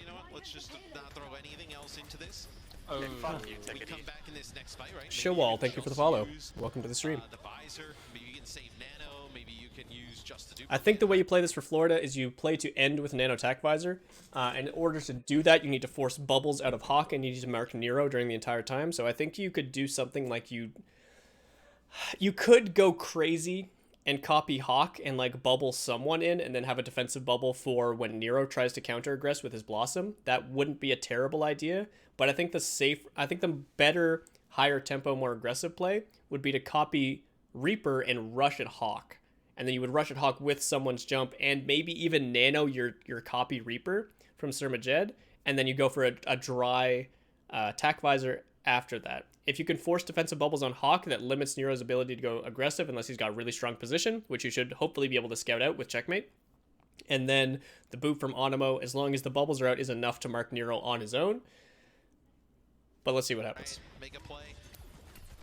You win that, you have some ultimates left for the end of the map. It's good composure from Florida here. Playing around their ultimate economy. There's that boot, right? That's what you need at the start of these fights. Hydron, oh, there it is. Great sleep from Ultraviolet. You don't just... Wait, that kills Nero? I don't know how Nero died. How are they dying? How is Atlanta losing to this? They're just running in a straight line. Okay, granted, Checkmate's on a good flank. Okay, fair enough. But, like, just back, live, force them to go past, like, this choke point here that opens up, and then they die. They all die to Kai, with or without ultimates. Like, this Nano Tac Visor should do absolutely nothing. And I know they're playing for Nero's counter aggression right now, but does he get slept or something? Like, how does he die? Oh, he just takes a bunch of damage and does nothing? Okay. They're forcing that aggressive play, and because Florida pulled the trigger so aggressively, they're using 3 ultimates now. Nero had to hit that window, or else they just, like, lose any opportunity to stop this snowball. But I think they just, like, plan for a defensive play knowing that they have ult disadvantage instead. Maybe Nero being the sole person looking aggressive, but everyone else shouldn't be forced to play aggressive to make Nero's play work. They should plan for the defensive play. If Nero finds something, that's great. If not, he's forced to Wraith out, but at least we're alive, and then we can counter-aggress with anything. But again, like, Florida just pressed Q, and Atlanta's folding for no reason. I shouldn't say for no reason, because they're caught off guard, because they were trying to play a counterplay, but I think this is definitely readable and definitely punishable the way Florida's playing. They did end up copying the Zarya here. I don't think it was even necessary, to be honest. They were so far ahead by the time that Checkmate ulted. What's up, Yuckabite? Just, you know, yelling at Overwatch League teams, as always. Why would you wake him up? Hawk there, I think he had to use a bubble to get rid of his own biotic grenade, or the anti-heal that was on him. Still Florida, another boop, nicely done by OG, and that's going to be key to keep someone off your backliners here. Put him in the purview. Someone is just jumping around the map. Ultraviolet staying alive. Ooh, almost at that sleep. Someone looks so fun. Someone is playing Overwatch 1 still, where you can like ping pong off the point, get healed up full when you're jumping out, then go back in with like a Diva Matrix or a Zarya bubble. But he's just Winston, and he just dies again. Like, there's no... What are you jumping in for right now? Who is this benefiting on your team? Like, this doesn't create any new positions. This doesn't do anything for the rest of your team. other than get you killed. Like, you're not going to C9 Atlanta right now by jumping in. Like, this would be worth it if, like, all you're trying to do is buy time for people to, like, expand, charge ultimates, like, get back into the fight, whatever it is. But you're literally doing nothing right now because you're not pushing the payload. You're not threatening any new space for your backline. It's forcing you to jump away again, and you die. Find an opening, they get one with a Helix rocket on the Kai, but they've lost the Winston again. Sound barrier comes in and blows it all up. And the sound barrier was just a second late, so they're not able to keep someone alive. So you're going to lose checkmate as well. As see, 1:46. If you're playing for the sound barrier aggression there, if you're someone during the primal, or just wait for primal to end and like go in with a bubble instead. Someone at checkmate swapping to a Rhine composition now. Okay, Florida trying to have a nano and attack visor again. This is a really good pick versus Zarya in such a linear space, but I think the best thing they could do is actually rotate up here with the Rhine. You need to make these people uncomfortable, not these people. These people will do whatever they want if you pump resources into them anyway, and if you're trading all of Rhine's threat for all of Zarya's threat, Zarya can still throw a bubble on someone. Rhine can't really do that, and Nero can just operate outside of Rhine's influence, so you want to get Rhine threatening these people, or at least making them uncomfortable by walking up here, I think, and then you follow that up with Hydron holding main, maybe with Surma Jet, and you have Animo going up there, and then you have like checkmate to either wall people away from that rotation or wall them off as you collapse down main. Okay, there they go. Yay, they're doing it. Okay. You have a Rhine shield for that, but okay.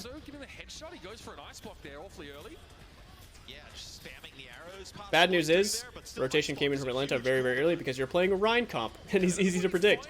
Oh, nice wall to prevent the grab follow-up, but someone is still very low. Nanotech, this at least makes more sense than their previous nanotechs, but it's still incredibly aggressive. Like, again, like, only Hydron can get this aggressive. Like, look at where the rest of his team is. They're like five light years behind him right now. So even if he does get kills here, it's guaranteed that the follow-up stability won't be there. It almost guarantees that Hydron will die at the end of this unless he literally kills 5 people. But it's also really easy for everyone that's behind him now to just focus his team instead, and they have got no damage compared to like a Nano Zarya and a Reaper in their backline. Well, Reaper wraithing out now, but... And like Hydron finds a bunch, that's good value, but your comp does nothing to support that kind of aggression. And there he goes. Hydron must int. I feel bad for Hydron because it feels like he's playing as if he needs to make these plays when that's just not true. And I'm worried that the Cassidy, okay. I'm worried that the culture over at Florida is like putting a lot of pressure onto DPS playmaking when, but also like someone also looks incredibly pressured to make plays and is always burning resources because of it. So I don't know, like maybe they just don't know what soft resources they should be committing. Maybe they don't know like how to abuse positioning as well in Overwatch 2. That's not good, Nero. Definitely wasn't expecting that headshot. Putting a lot of pressure on DPS playmaking. True. Who would have thought? Oh, goodbye, Hawk. They're really gonna full cap this. Where's that Blizzard going? I mean, how did this even happen? I wasn't even paying attention, to be honest. So there's a headshot from Nero. That sucks. But you've got beat. You've got dragons coming up. You just naded them. Kai's in a very aggressive position. That's how this happens. If Kai is over here instead, or is able to play up here, they win this fight. Because no one can do anything about him. But instead, he's forced into a duel. He loses the duel because Fun Grenade kill Bowman. Hawk goes down despite the sound barrier and a self bubble. Like if Kai had like time to hit 2 more shots right now, body shots, he keeps Hawk alive by preventing this aggression because someone can't just hold his shield behind him and expect checkmate to walk forward versus a high charge Zarya. So it prevents this type of aggression. It forces cooldowns from these people earlier. Even though there's Maywall's here, like if the Maywall's on Hanzo instead, then the Reaper's back there, the Ana's there for nades. Someone's able to get counter-aggressive, but because Kai was so overly aggressive, they were playing really aggressive with Nero, and they didn't build their ultimate. Hawk can't do anything, and they fold one by one. Fun grenade killed Bowman. Overwatch, baby. Dragon Strike comes through with the blizzards thrown down, and the Mayhem finished the map. Still, best Florida can do is draw here. Atlanta getting a little bit ahead of themselves in the last fight there. Like, again, like, getting aggressive there, like, I understand trying to be a little bit deceptive, trying to catch people off guard, knowing that they want to hit the payload, but they're playing, like, such an abusable composition. Just play the map a little bit. Play a little bit slower, force Ryan out of position, abuse his position because he's Ryan, take the map. Not that it matters, because Atlanta has 2.5 minutes to cap a single tick on first point, but could have been cleaner there. Skip ahead a little. Kai not even going to bother with the shot. They're Ooh. all capable of playing Zarya, and I think especially now that Zarya has changed with this 2 bubble. Kai almost just died. Tankier, it's probably even a little bit easier to pick her out right now. Pick was interesting. Like, stop being lazy, you know? Come on. That it really punches her. Have Nero swap Sim, TP everyone up here. Hi, Archer. Why aren't they doing this, Archer? Just Sim TP up here, rotate here safely for Kai and Violet's position, then go back to Reaper. You can TP across, you can go wherever you want. You can even meet the main if they're starting to crash. And then just take the space for free. You save like 5 seconds, you risk no bubbles, and then you got everything you need as soon as you need it. Within Cassidy's like optimal range, and you saw that like a lot of bubbles from Hawk were getting forced at the end of the round, but you don't dare do it here. That's a beautiful sleep, but following up on that one is gonna... What the fuck are you doing, someone? Are you serious? No way to really follow it up. Yeah, especially now. Like, unless you see... Okay, the only thing that would possibly threaten Hydron there is a combination of Nade and Helix Rocket from Kai. And I, like, oh my god. Like, to use Bubble like this, that's 12 seconds you're giving to Atlanta when they're already starting to make their rotation. What are you going to do? You can't contest point now. You can't contest them up here. You can't do anything to stuff them in a choke. I am so mad about this. At most, like, it's the sleep dart's already down. You jump back up here and you body block those cooldowns. And then, yeah, guess what? Hydron's fine. Maybe your Winston's purple for 5 seconds, and then you jump back into the fight with the most important defensive resource in your kit. What the fuck is this bubble? At this range, are you kidding? Unless you literally see the Anonade flying and you think it's that big of a deal that you need to keep him up. Like, I guess then you would commit bubble. But, like, there's no shot Ultraviolet even threw one here because That's a beautiful there's no shot, right? Like, it would have to splash, like, right here to actually hit him. Like, it couldn't hit the front window. It couldn't hit the ground here. Holy shit. On that one is gonna be really I'm pissed. And then Atlanta find a way to die anyway? Oh, God. Doesn't matter, Sir Majid. The poke. They blew up that bubble so quickly. Nero lucky to get away with his life there, but Sumaji doesn't have a beat on someone. Right now. Doesn't matter. This guy's filthy. I'm losing my mind. You had all the time in the world to just play the game correctly, and instead you just drop onto point. Like, I get, like I said, someone doesn't have any point pressure now, but that doesn't mean he will never have point pressure again, and it doesn't mean they can't contest the point. It just means that, like, if a fight were to happen on point because they forced this space now, and someone's still waiting on his bubble, it's a very bad time. What I would have liked to see is an instant speed across here. As soon as you hear that sleep dart, as soon as you know Archer, Soldier's no longer able to Helix rocket your rotation, even if you get hit by, like, an anti-nate. Archer, I'm sorry, I'm busy. Okay, jeez. Such a needy little guy. But oh my god, how does Kai die? Follow it up, yeah, especially now He just gets obliterated by a Helix. Was it a Helix rocket? That's a beautiful sleep, but following up on that one is going to be nice. It has to have been a Helix rocket. Yeah, it directs it. Why? Okay, why? What are you shooting? Why? If you're on us here, why isn't our soldier with the legs here? What are you shooting? Overwatch League, stop it. Stop being greedy. Play the game properly and just win for free.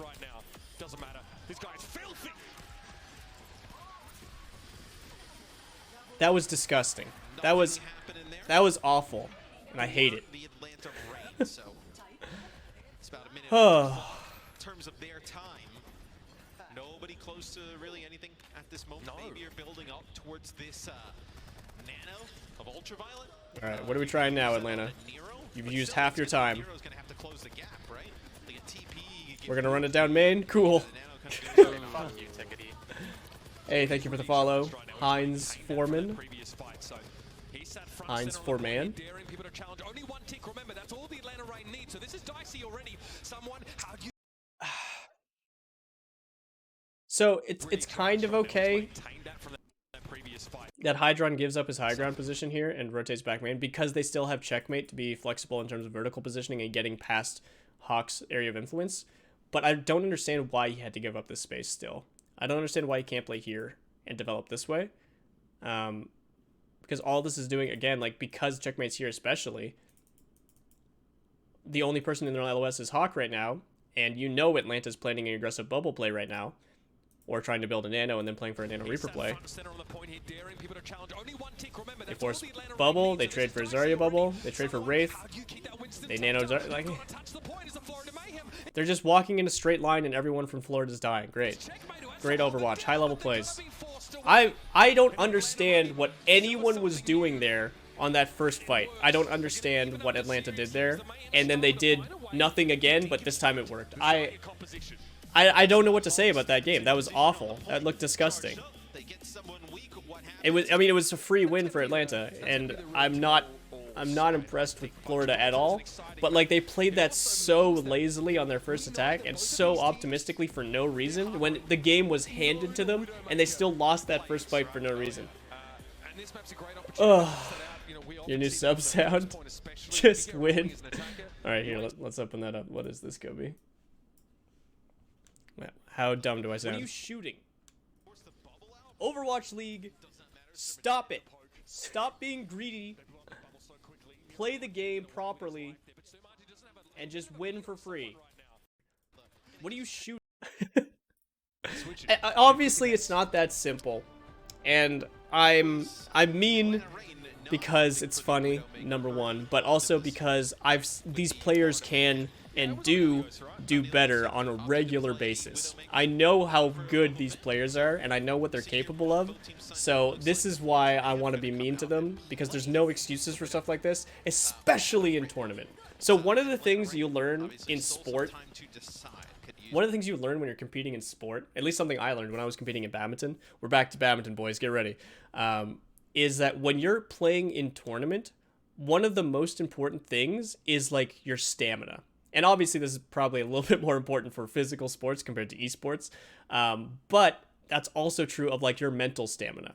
So when you're a team like Atlanta and you're literally playing down against a team like Florida, all that you're doing is wasting your stamina. The best thing you can do in a situation like this is destroy Florida as quickly as possible so that instantly you can begin to rest, number one, and you can begin to prep for your next match as soon as possible.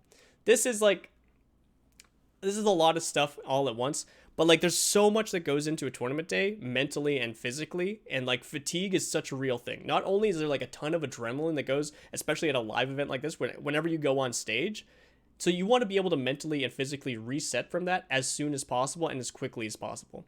To play down to your opponents and to lose composure in an obviously favored matchup like this for Atlanta is just wasting your time. It's wasting your like mental capacity to play the game at a high level, and it's not, on top of all of that, it's building bad habits. Like showing this lack of composure in a situation like that, which again, that random sleep dart was great, but then on top of that, someone wastes his bubble. That's the freest first point of your life. And if you're not able to stay composed like that and just instantly win the map, like what are you waiting for? Why are you wasting time?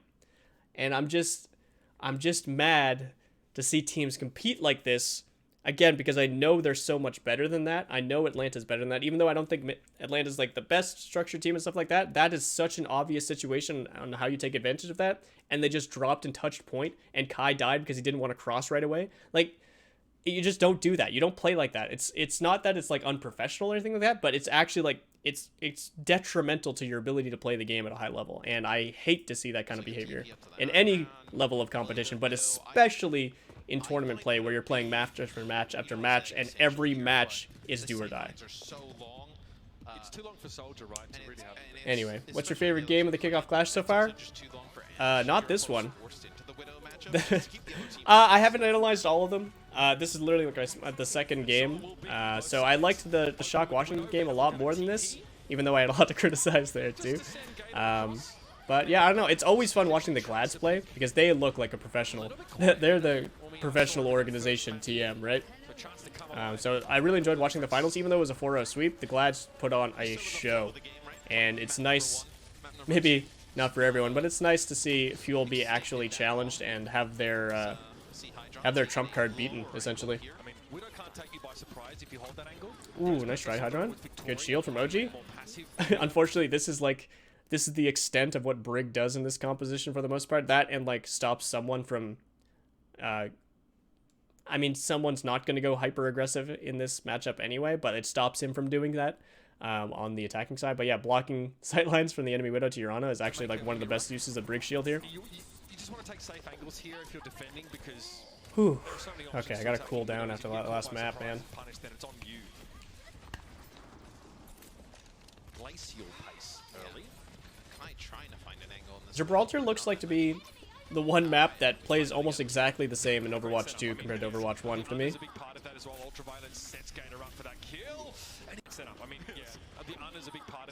Both Gator and someone very low here, but someone just does more damage.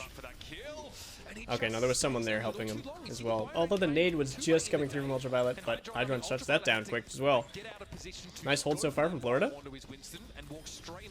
Venom's trying to find an angle. This map is a Tracer nightmare, dude. There's so much Tracer can do, but if it gets scouted and shut down, you feel like a wet pool noodle. Like, you can't do anything if you get scouted out and shut down. And since you're such a unique character, not anyone can go around and escort you. Like, arguably a Lucio can. But then that's taking a lot of potential away from your backline, and obviously we're seeing a lot of teams favor Brig here. Nice shot, Hydron. Good Widow plays, always fun. Goodbye. Hakai. Oh, Gator does kill Surmajet after waking up, though. That's a nice nano on someone to help clean this up. Okay, yeah. Yeah, Florida's fine. Definitely a very hard map to attack, and so strategically, I think the best thing you could do with Atlanta's camp is try to honestly play for ult economy more than anything. So now they got nano advantage, they can play for nano into primal potentially. Other options, if you are committing to the Widow, unfortunately you do have to play a lot around the Widow sightlines, or you have to have Kai be like an incredible playmaker with his opportunities. And then yeah, it's kind of just up to Tracer and Winston. If you're lucky, Ana finds an aggressive nade. If you're lucky, Nano finds like a ton of value and they're not ready for it. This is not it though. This is gonna buy some time and some space. Maybe the Primal will be enough to close things out on point, but I doubt it. Hydron is in a weak position though, which is really good for Kai to take space now. The Primal from someone is stalling the backline a little bit, but yeah, this is what Brig does. This is what Brig does that Lucio doesn't do, is stop this from actually doing anything, but it is still buying them time before these heroes are able to influence point. Luckily for Atlanta, they don't really need healing right now. Kai, Venom, and Gator can all act very independently, especially with Primal on Gator, so they're not too worried about getting healing uptime right now, I don't think. They're just trying to make sure that they can stabilize. Kai finds a nice shot. I have no idea how he found that. Someone barely lives here, but he's about to die. Goodbye. Say hello to Brig. Ooh! Oh my god, Kai almost... Okay, that should be point A? Question mark? Yeah, that's point A. Really good position from Atlanta. I think during that Nano Winston play, Florida needed more than just someone primaling the backline. They needed checkmate in there instead of marking the payload. Ideally, you'd have Onimo able to mark the payload, but I think they were worried about Onimo dying to Nano Winston, maybe? I'm not sure. Gator obviously knows he can drop down, harass people on the high ground, jump back up. But pretty good first point take. Wants to maintain this position as long as he can. Rain are trying to snowball here, but they can't really get the space for Ultraviolet, so unfortunately they have to do like a normal take. They have to actually play the map, unfortunately. No one likes being in this position on Gibraltar 2nd. Yeah, this is, okay, a nice kill. This is basically like, a lot of the time in the Overwatch League, this looks like really, really boring, but this is actually like so hard to do, and it's like, this is probably one of the most defensible positions for defenders on any escort map, just because of how long the ranges are and how important this high ground is for marking all of the potential areas of influence from the attackers. So I've talked about Colosseo a lot and how I don't like it because it's a 2-lane map. And what I mean by a 2-lane map is there's basically like there's where the payload pushes and there's kind of like an off lane. Most maps are 3-lane maps. If you think of, say, even like King's Row, a widely considered to be like a tight, closed angle map, you have where the payload pushes, and then you've got like the high ground route. We're talking like attacking side going from first point into second point. You got the high ground route where you can go at window or you can go around the long flank, and then you've got that sort of defender's POV left side where you can go around the wide alley that goes around the pub and towards like the defender's spawn kind of thing. You got basically 3 options, and for the most maps, defenders have to choose which 2 options they can cover adequately. You can't cover all 3 options all the time, so it either takes time or rotations or special things like ultimate economy or something like that, special things or specific hero picks and stuff like that to mark multiple areas beyond 2 lanes. So that opens up a lot of playmaking for attackers to mix up how they're attacking, use individuals like Tracer to threaten one angle while being able to blink across to another angle and stuff like that, being able to use long-range heroes like Widowmakers to threaten multiple angles and stuff like that, and creates a lot of offensive playmaking. Watchpoint Gibraltar, I could almost argue, is a 1-lane map. Obviously, there's the high ground, but the high ground having influence, like if you influence the high ground from defenders here, both on first and second point, you're also influencing the low ground. So I have to call it a 2-lane map because technically there's like lanes like this, and there's 2 ways to sort of approach this fight. But especially for the first half of second point here, it's effectively 1 lane. You can sit here as Widow and see see every single option that the attackers have for getting past your sight lines. And that sucks. That really sucks for attackers trying to get through that kind of pressure. And not only is it hard to get through that kind of pressure, but then if you manage to get through it, you're likely forced into linear positions where the defenders can easily react to anywhere. Because again, it's basically 1 lane. No matter where they're positioned on the map, they can get anywhere that you're approaching on attack. That's why this map feels so defender favorite. That's why it feels so slow and so lame. And that's why finding picks like this, and that's why heroes like Widowmaker, who can find picks during the pre-fight, if Kai wins the Widow duel with like a good timing, if he's able to get a headshot onto someone and then they can follow up with Tracer, something like that, that's the pick that you need to set up a linear take. If you're not able to play the map, you need some amount of overwhelming pressure. That usually looks like ult economy or early picks. And so this is a huge pick, and this might even snowball all of second point. So we'll get this high ground, just opens up the whole map. Gator does get slept, but he don't mind. Surmajet is dead on the payload. And yeah, this is now looking very good for Atlanta snowballing this point. Worth noting as well that now that they've snowballed past the first half, the same is kind of true for defenders retaking this point. It's very linear. They have more flexible options, I would say, than the attackers in the first half, but it's still very predictable and easily reactable, and very hard to get past Widow sidelines. They do manage to touch the point, and they managed to find OG. Did OG get anti-naded? He did, and so did Venom. Nice anti-nade coming in from the bottom left here. This is an angle that not enough people take, and unfortunately here, Gator's bubble is not there instantly. I think as soon as he sees the Ana here, he needs to drop that bubble, so this can't happen. Especially based on the way we've seen Florida just been yeeting nades, hoping for the best. They flip a coin. If it's heads, they find a kill. If not, someone feeds.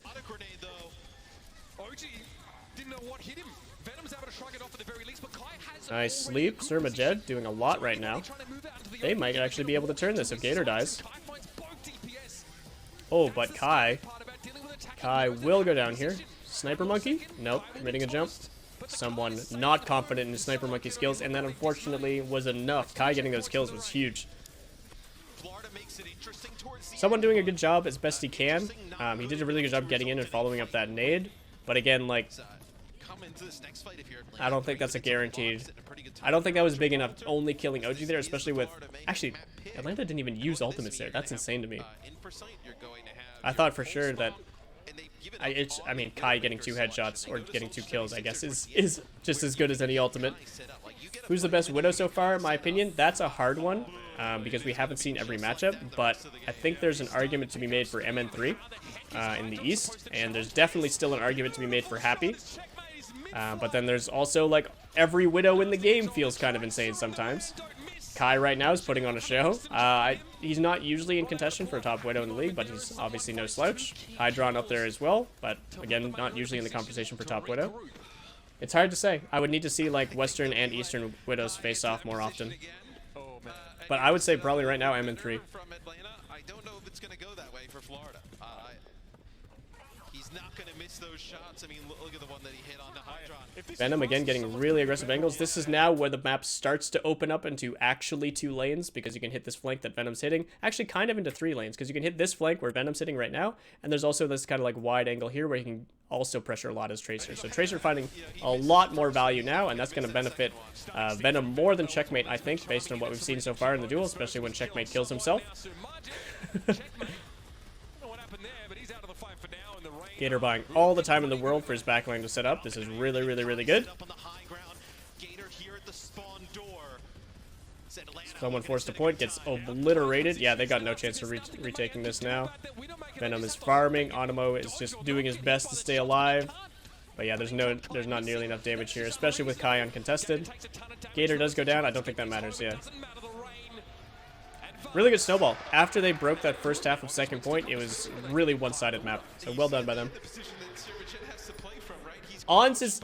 I mean, if I saw Ons play, like, Ons was definitely, like, probably one of the best Widows last year, but I haven't seen him play Widow at all this year. And there's so many good rookies. Again, like, watch MN3 play. If you've never seen, like, any of the East APAC games, go watch some games with MN3 in and watch his Widow. He's a nut. Mads Waffle, thank you for the follow. I feel like there's some Widows like Happy and Ons that are looking for the Widow duel, and others like Kai and Hydra that often try to find value in other ways. Yeah, it's kind of, it almost reminds me of like, it hasn't happened often, but when Pharah was meta, like there'd be Pharahs who are really good in the Pharah duel, and then there'd be Pharahs who are like really good at avoiding the Pharah duel and just obliterating the enemy team. Yeah, that's what I mean. I just need to see more from Ons. I need to see how consistent he looks throughout probably the course of the season. But so far, like, a lot of the rookies that have impressed me have looked insane every time they played Widow. MN3 being the main shout out there. But I haven't seen every player on Widow yet. I haven't analyzed every game. It's hard to say. It's also hard to say just like this early in the season in general. Widow's not super meta. Obviously strong on a map like this, which favors Widow, but not seen everywhere you could play Widow. Like here in Dorado is where we see her the most. But even on Dorado, we're seeing teams like swap off Widow in favor of like Asher Soldier.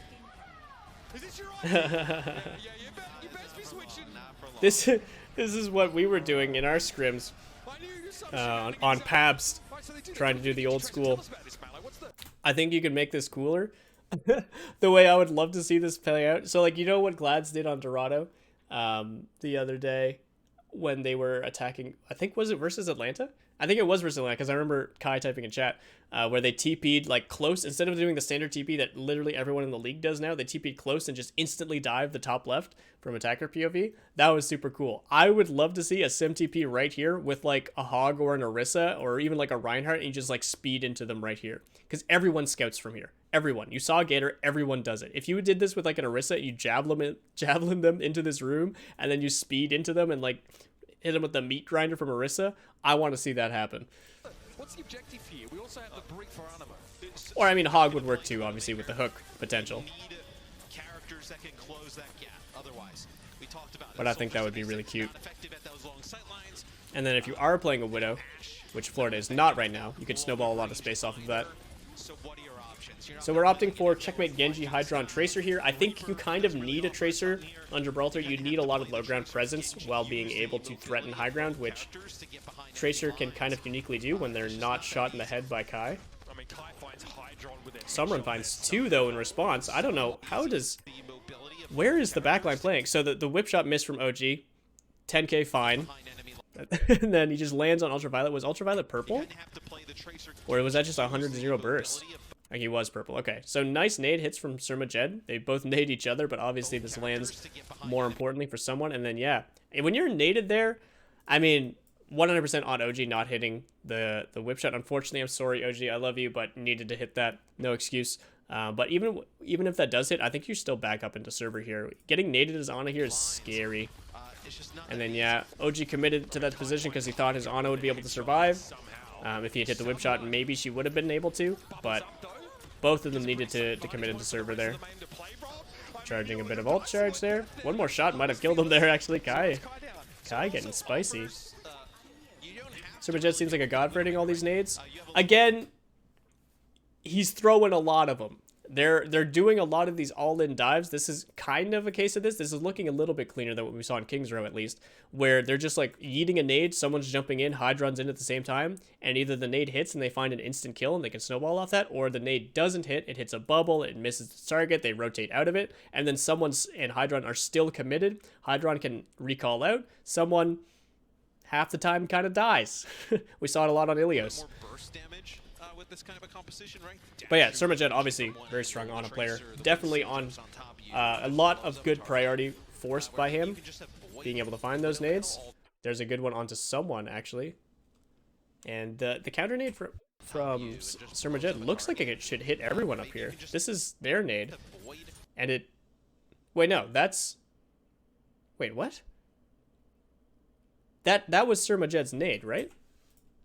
How does this not hit anyone? This is Ultraviolet throwing a nade on the ground at the exact same time, like right here. But where does this nade go? How does this not hit anyone? I guess it's too far back to hit Gator, and Lucio's still around the corner, so it doesn't hit OG.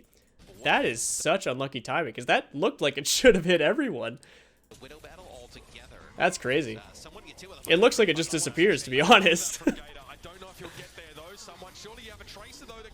And then the cleanup crew is here. Again, another situation where someone just kind of dying, giving up space early. And look, again, like, he wakes up, and the first thing he does is bubble. And again, like, I really think this is just a mismanagement of resources, because like if you're gonna bubble to keep yourself alive anyway, I think you'd be better off jumping back to your Ana and then bubbling on your Ana. Like and then gauging whether or not you need the bubble, or you bubble mid-fight and maybe the bubble lands halfway, which is still better for keeping your Ana safe. But now, not only is his bubble forced, and he's forced out, and he's probably going to die anyway because of how low he falls, but he's got nothing to offer his Ana position. And if Gator, instead of chasing him here, just jumped Ana, and we had I guess Tracer's position's better for following up Winston. So, but if Tracer was on the ground, for example, and able to hit Ana, there's no defensive resources there. But someone's gonna die anyway, I think. Yeah, and so are everyone. It hits the corner since the door is protruding out. Yeah, I guess so. Just looked incredibly close. A nice kill from Checkmate to get Ultraviolet out, but he's gonna be back on time, especially with OG taxing him, so it doesn't matter too much. But Florida's coming up on ultimates. No beat from OG might be important here. OG swapped off the brig to go Lucio, which is why he has no beat.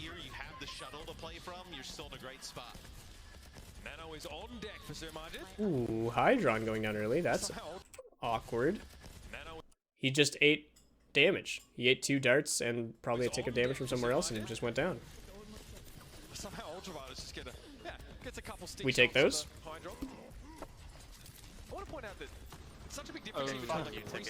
Thank you, baby 21. Thank you for the follow. Ooh, sleep on Gator. That's not a good start. But it doesn't actually matter because no one's ready to go anywhere. Like, what is this bubble? What is this bubble doing? Other than blocking, like, the boop from OG? Are you really that scared of that? Okay, wait, hold up. Did Surmajet throw a nade at the Lucio? That's what we need to ask ourselves. I'm guessing he did. Because, like, this is what someone does. He overcommits whenever a nade is thrown, but I don't even know if that was happening. But they get to choose maps that sort of benefit them. And this is great. This is the Mayhem's map pick. I got food delivered. Again, like, it's not that this bubble goes punished or anything like that, but I think it's worth mentioning that this is like a trend throughout this whole series where someone is committing bubbles and getting low value, if not getting punished outright sometimes. So I don't know why this commitment's happening so early. This kind of commitment from Gator even makes more sense, even though he gets slept inside of it.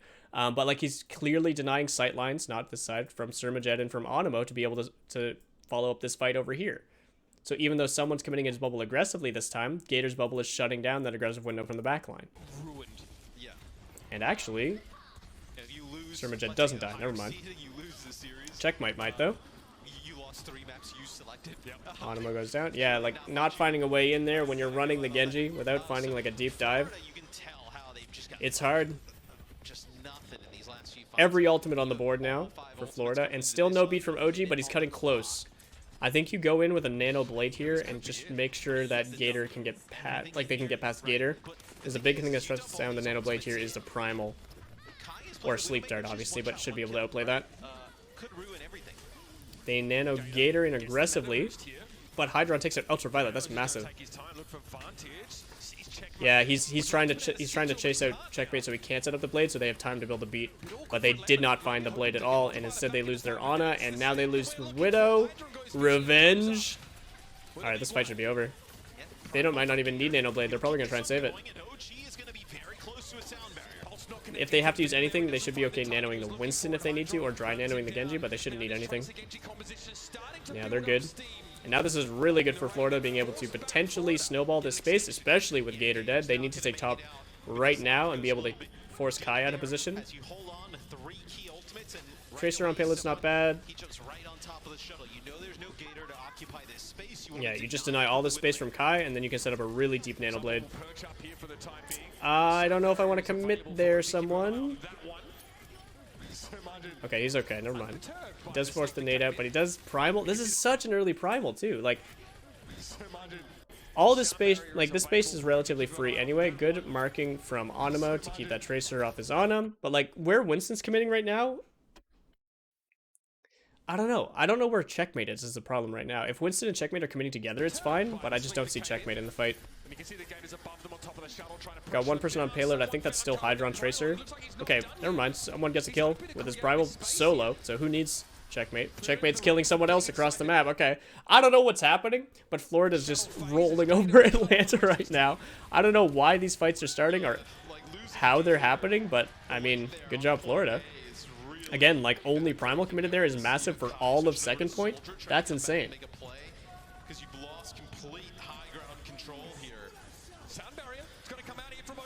Yeah.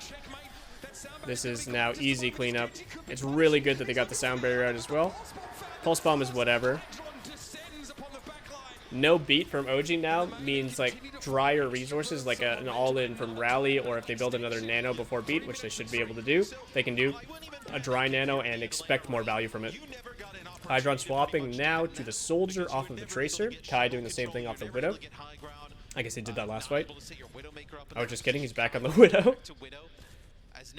This is looking really good from Florida, actually. I'm guessing this goes to overtime rounds. Like, how does Atlanta win this?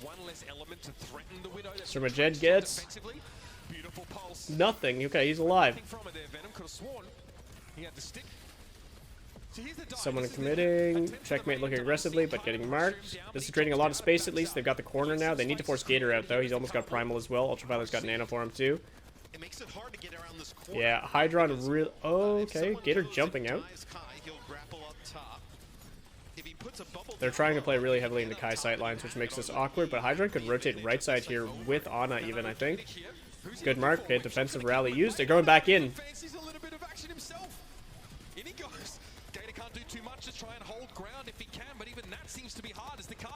I think you need to find a way to get Hydron and Surmajed over here to either threaten this angle for like a nade opportunity or to eventually develop on high ground for Hydron.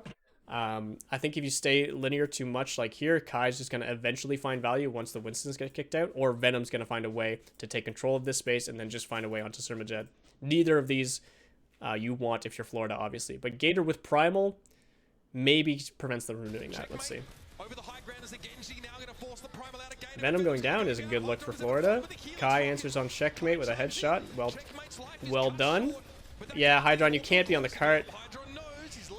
There's nothing for you to do on cart. Develop, develop, develop, develop. Kai in the duel of his life. Oh my god, he gets the kill. That's going to be enough to stop the snowball. With Gator here. Oh my god. Well done, Kai. I think it's going to be enough to stop the snowball. With OG almost another rally. Okay, yeah. They're fine. They're fine. I think teams really overestimate how easy it is to snowball here, because like you're opening up into 2 brand new sightlines. Unless you've got someone up here who can actively threaten these spots, or you've got full control of this side of the map, I don't think it's as... I think they played pretty optimistically here. I would have rather seen Hydron and Sir Majed like threaten from here, and then obviously you could have like a Brig here threatening as well, or you just leave Brig on cart. And then like you've got nade opportunities here and here. You are still worried about the Widow here, but if you're worried about the Widow, then Hydron just develops here, and then Ana takes the safe angle and heals cart. But I think they wanted to snowball harder than they had a right to, which I understand in the moment at least. There's a lot of pressure right now. This is how... Ooh, Venom scared. Very scary. Really fast reaction time. Like, look how fast this reaction time is for Venom, actually. This is impressive. He blinks out, and it is a bit of a panic reaction. He blinked in reaction to seeing the soldier, and then he recalls in response to taking the damage. And this is still the right call, despite he blinked away, because if he happened to take, like, an Ana dart, and it was ticking damage, and he was about to, like, take damage, or, like, any amount of damage follows this up, like, from... I don't know, some splash from an Onanate or whatever. If anything's coming through this doorway, he needs recall anyway. So this is still the right call. It might look like he wasted a blink, but that really doesn't matter when your life is at stake. But yeah, that reaction time was insane. These kids are nutty, man. Almost gets the stick there. That would have been a free fight, but the rally Nano and Gator comes through. So while this space is important, it's also important not to get 5-man pinched like this. There's a Tracer behind them, there's a Nano Winston in their front line, there's a rallying Brig going inside them. There's literally, like, every ult in the world, I think, other than, like, unless, like, a Primal comes through right now, I don't think any of these ults matter once you're in this situation from Florida, and I think this team fight's just over. Just kidding.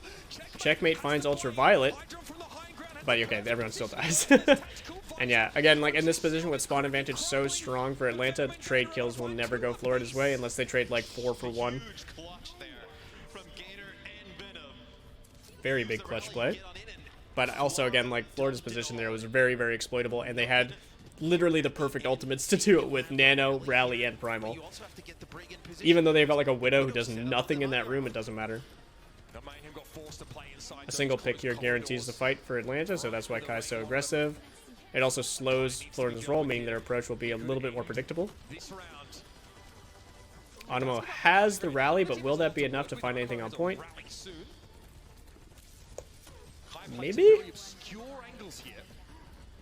Kai's doing his best to just stay relevant. He knows that if anyone goes to turn on Kai, as long as he doesn't just like instantly die, that's an opportunity to go aggressive from the rest of Rain here. So Kai's trying to like almost bait people off the payload, knowing that they're going to have to leave someone on payload, and anyone that commits onto Kai will be instantly answered back with aggression onto whoever's on payload.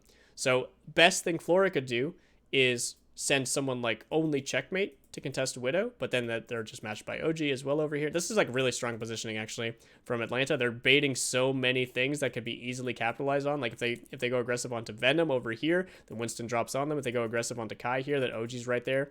I assume that Ultraviolet's in a really safe angle right now and can't be aggressed on. Oh, just kidding. He's up on the high ground. Yes, also can't be aggressed on. And then again, any aggressive angles over here or over here, then nades come down raining from above. This is hard if you're Florida. It's just a threat that Kai poses right now, right? She had to sleep onto someone on the high ground. Not going to be able to capitalize on that, but a headshot onto Checkmate. Then yeah, if Kai goes uncontested, he just gets a kill. Primal's in, Rally's in from Onimo as well, but another kill from Kai. No damage on the table. Another nice sleep. Kai, unstoppable. Farming for the montage. Absolute maniac. Kai puts on a show. Well done, well done. He is so good at Widow. Like I said, Kovacs Kai. It helps that they had like really strong positions. None of them looked easily punishable, and the ultimate economy from Mayhem was not enough to burst through that space. And because of the payload and timing, they had to be on payload too. So really rough position. And as long as Atlanta don't feed, which they don't do too often, they just win that. So nice job. Before next map, I'm going to run to the washroom because I've been drinking a ton of coffee and water. So I'll be right back. Ooh.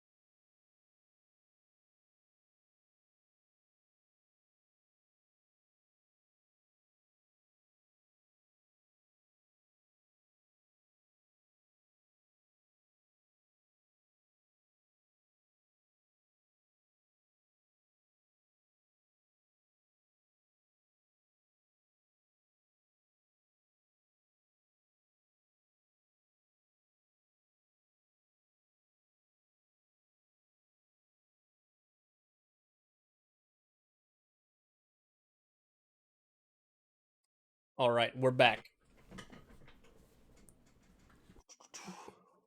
Here. It's going to have to go all the way if it's going to go their way.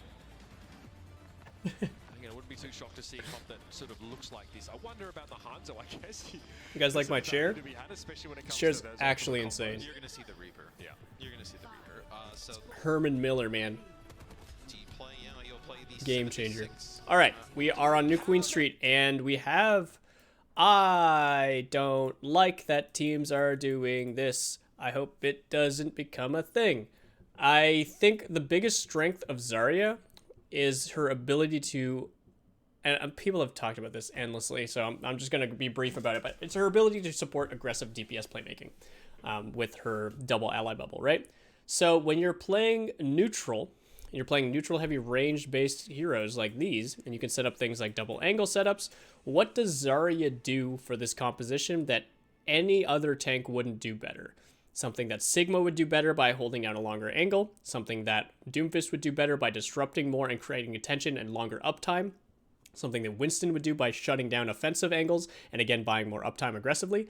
I don't know why Zarya is picked here other than the potential of countering dive. And the problem with only being able to use bubbles like defensively to counter dive is that neutral pressure from things like nades from Winston's bubble, from counter angling from long range damage, or from tracer pressure are good tools to force defensive pressure without all-inning with your composition. And this is unfortunately where Florida might flop in this matchup, is if they go all in off Surmajed, nade, and someone jumping all at once, and that's matched by Hawk's double bubbles, then Atlanta's going to win 10 times out of 10. But if they can layer those timings one after another, so that maybe a nade forces a single bubble, maybe checkmate going aggressive forces the second bubble, and then someone goes aggressive with a good angle from Hydron, and there's no more bubbles left for Hawk, but there is a bubble in both of these characters' faces, I don't see how Atlanta jumps back from that. That's the worrying part about Atlanta's comp. It feels very slow, and the way you take advantage of slow compositions is that you bleed out their resources. Alt combos, it's already been the thing where like alt combos are rarely played around in the league just because defensive combos like just sound barrier exist, or like hitting a big grab dragon is not really a thing in 5 vs 5, especially on this wide of a map. Granted, Zarya grab is a very strong ultimate even if you only kill like one person with it, but I don't think they play this just for the alt combo. I think they play this for double angle setups, which I don't know, maybe I'm wrong. Let's see how they play it, because Fuel also played this. They put a Hanzo on. They put Edison on Hanzo over Reaper on Coliseo at the end of the map, and I hope this isn't like a. I don't understand it. So maybe this is a good chance to learn from it. So obviously the amount of damage coming through here is enough to scare someone off, and actually it's gonna kill him, isn't it? Okay, not quite. Again, like you can avoid all this. Like you sit here instead and you avoid all of this. I don't understand why people do this. Like you have characters who can scout more flexibly, both of these characters, and you have plenty of natural cover to work with. I don't understand how you take that much damage.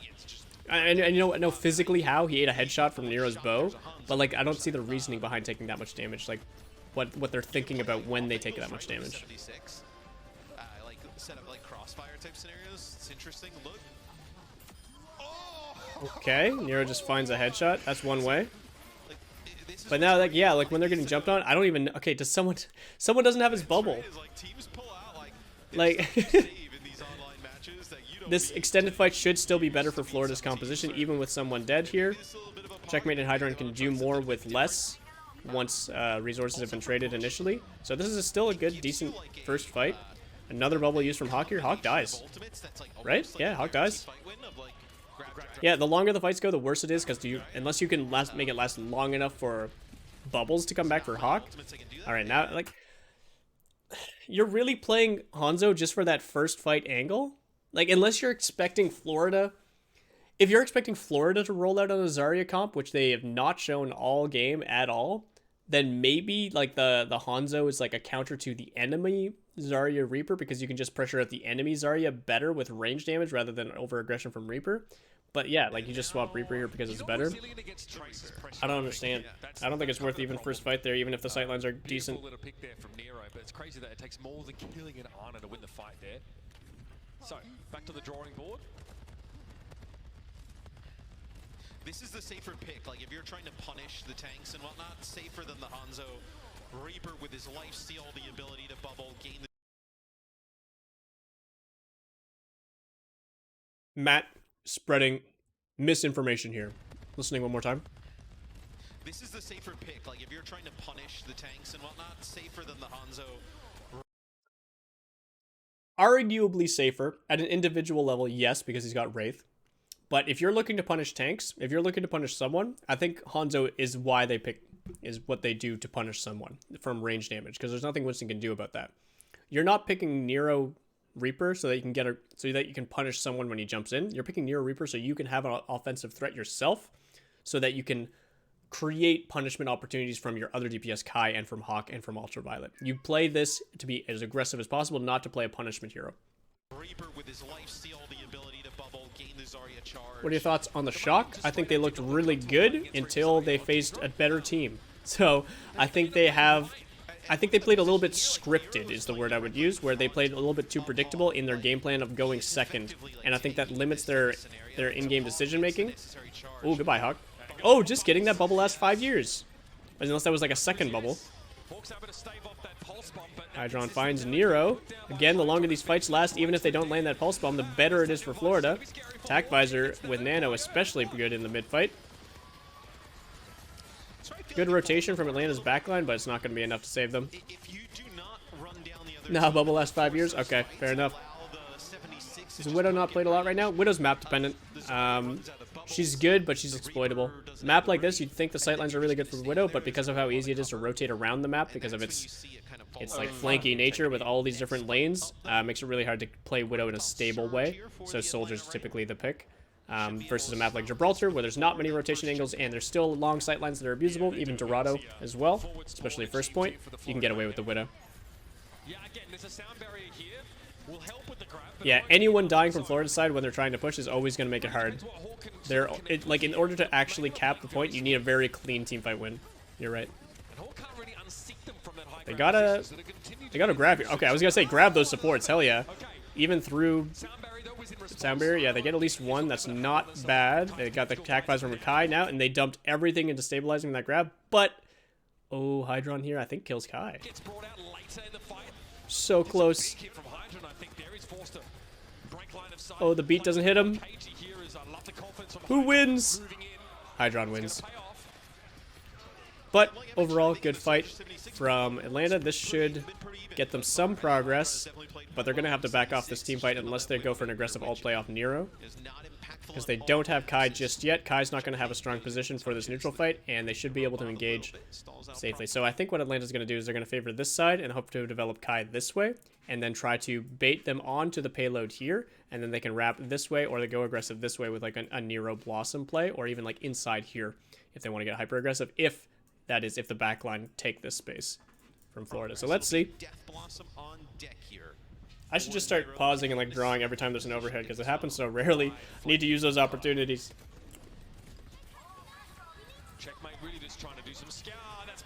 Oh, the bubble! But not for long. Massive sleep. Florida looking really good so far on this map, when I was very critical of their Circle Royale play last time they played it. Yeah, Zarya kill guarantees that Atlanta can't fight at all. No, just get out, Nero. Nero needs to live right now.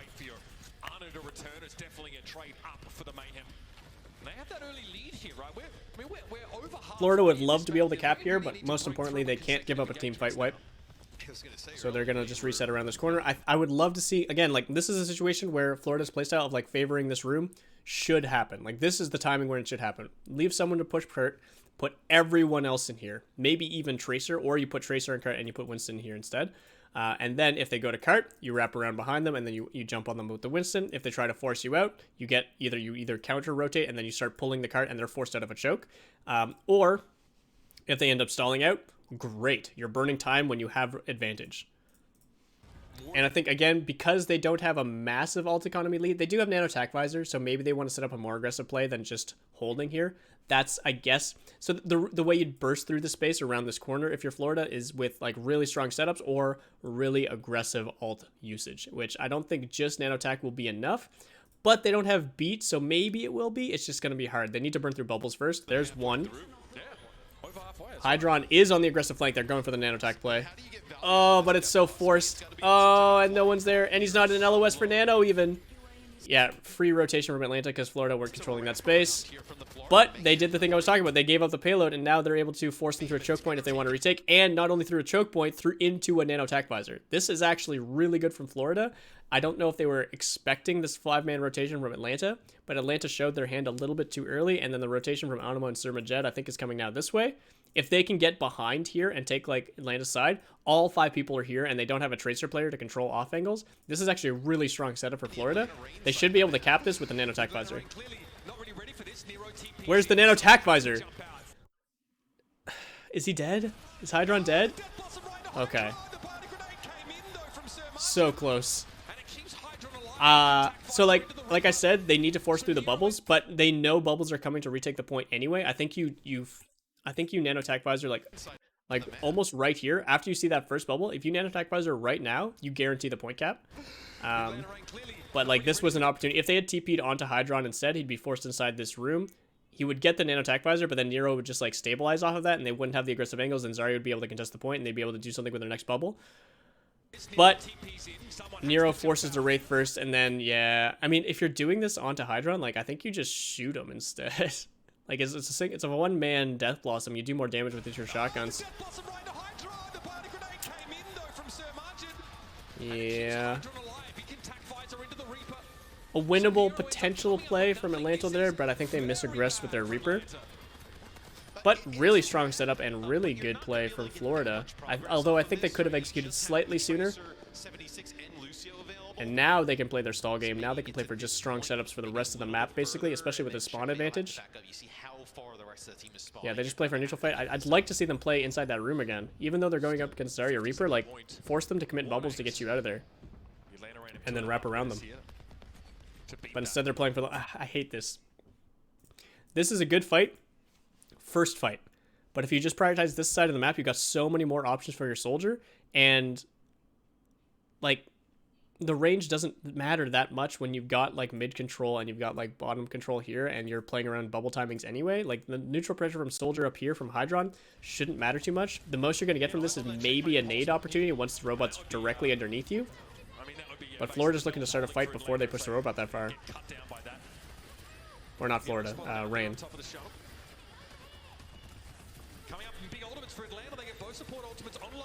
Okay, I don't like how Atlanta's just touching the payload like this.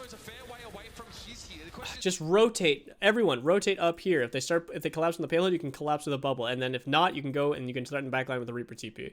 And then you got a lot of good position for Kai, and then Kai can go for a nano attack visor. But they're just sitting on payload. They're playing a go second bait play, and they're killing someone because he doesn't get... Like, what is someone diving off of here? What is the advantage that someone is trying to push right now? Like, instead of doing this, just be a little monkey on the corner right here. And if they try to push you, then you can jump offensively or defensively. Or if they try to push you, you get a better nade angle, a better helix angle. At the very least, that should force a bubble. That's a reason to jump in and bubble in. But you're literally being reacted to. And this is very clearly planned to bait someone. They even have the beat, and then someone doesn't farm. Again, like, I think it's actually crazy that someone has been like kind of cucked multiple times by beats from the enemy team and that he can't charge ult off of. That's kind of cute. Yeah, like unless you see actual bubbles or like unless you cut off the Ana healing, like that's not an actual go moment. 100 charge from Hawk means that they can snowball everyone off of the point. But like you win that fight if you're Florida if you just don't go first like that. I think. Obviously, lots can happen, but they didn't help themselves.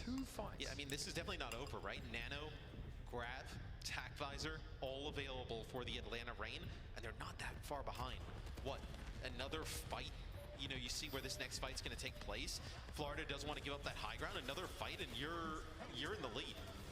90 seconds left in the round here. Someone getting topped up. It's going to be attack visor here. Someone's in a perfect position though to use his primal to How does Surmajed die? Not only was he shoved back in here, like, you have no excuse for Surmajed dying here, I don't think. Where is he? Is this him? And then he just instantly dies because he was jumping out of the window for no reason? Like, what the fuck? Uses primal to interrupt. Kai though rotates away from the Winston. Now towards him. That was so bad. That was actually like one of the best plays I've seen someone make all game. And then Surmajed just jumps out a window and dies. That was like not a good nano attack visor. Again, like if you're starting a fight with nano attack visor, you need to get like instant value. And that instant value got shut down by someone's bubble. Great job, someone. That's how you use bubble effectively in the pre-fight. And then Kai has to reposition. You know exactly where he is. And then he still gets a kill for free. And Atlanta's not really pressed to go all out. Atlanta will have a grab here. It's going to be a big investment early on. Aggressive beat gets shut down as soon as Hydron gets grabbed. He was attack visoring as well. Bubbles are spent, so Atlanta can still lose this. Oh, that's a really lucky timing on the bubble there, keeping him alive in time to get naded and healed. And now he's got high charge, and he's walking through a team. Someone still has primal, and he's nanoed. Maybe? Okay.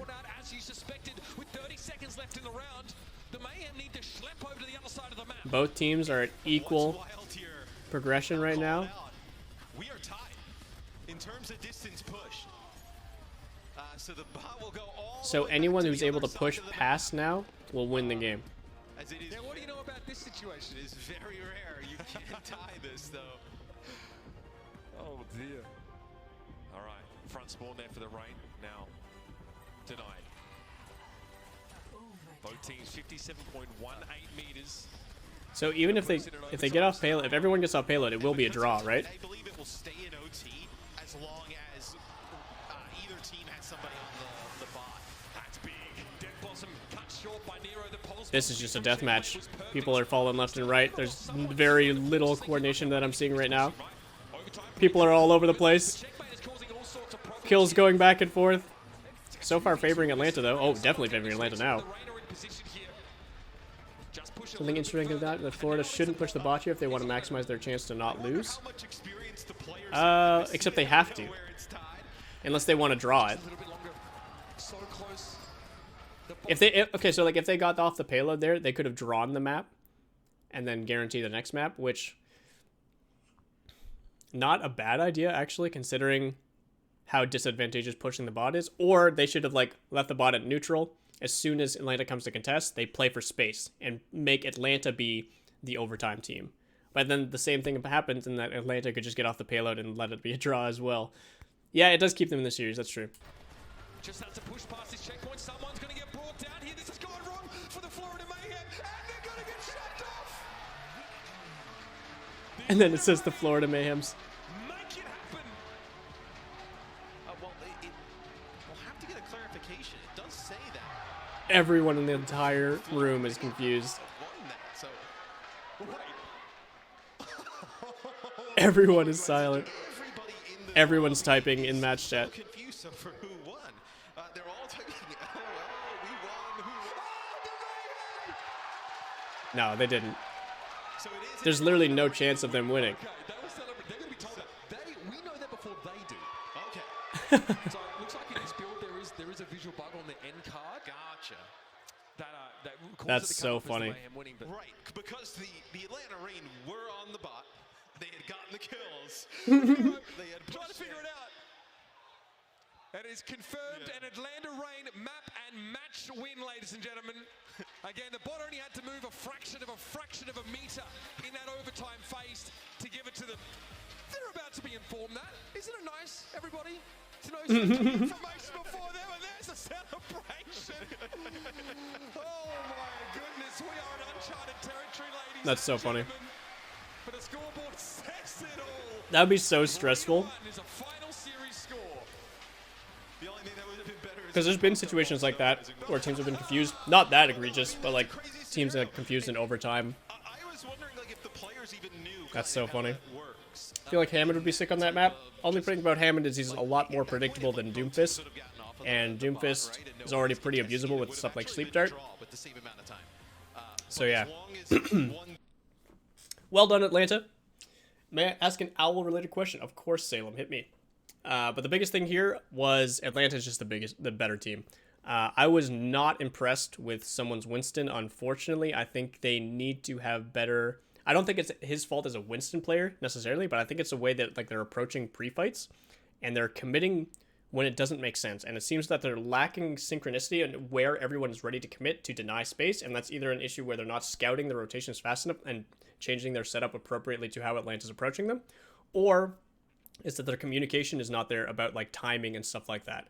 Either one of those can be fixed relatively easy, I think, with better communication structure, but someone's paying the price every time, and it sucks. And it looks really bad on him, unfortunately, but there's a lot of situations where just he's bubbling really early, and then he's still getting punished by it, and no one on his team is equalizing. That cannot happen that consistently in the Overwatch League. That needs to be fixed as quickly as possible if they're going to keep playing the Winston. Atlanta, they played relatively well, but a lot of the time, just early aggression from Venom on some of the Koth maps, I guess on the one Koth map, and then just strong play from Hawk on the Doomfist as well, just creating openings where openings didn't happen, and Florida looking like their only reliable opening was Surmajed nades or alt economy. And the Surmajed nades, they were better than 50-50, let's say, to be generous, let's say 70-30, but when they work, they net a lot of space. Usually, sometimes they net a kill, but when they don't work, sometimes someone dies. And it's actually a very bad play from them to make. So I'd like to see them lean more into the way Shock does things, even though Shock was also getting punished for the same type of playstyle eventually, where they layer more than instantly execute everything all at once. I think that would help them be more adaptable to situations that's actually unfolding rather than what they're expecting to unfold, and would make them a little bit more consistent all at the same time. But overall, I think Atlanta's just the better team here. Obviously, they showed it on every map. They were able to play very consistently across the board. And even though we lost our composure a little bit on Kings Row over time, they still closed out when it meant it.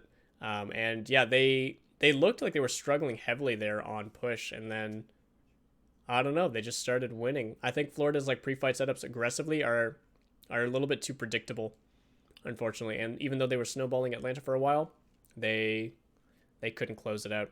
That push map was just weird, though. That could have gone either way, to be honest. And like you guys said in chat, that could have ended up in a draw and maybe gone to a map 5.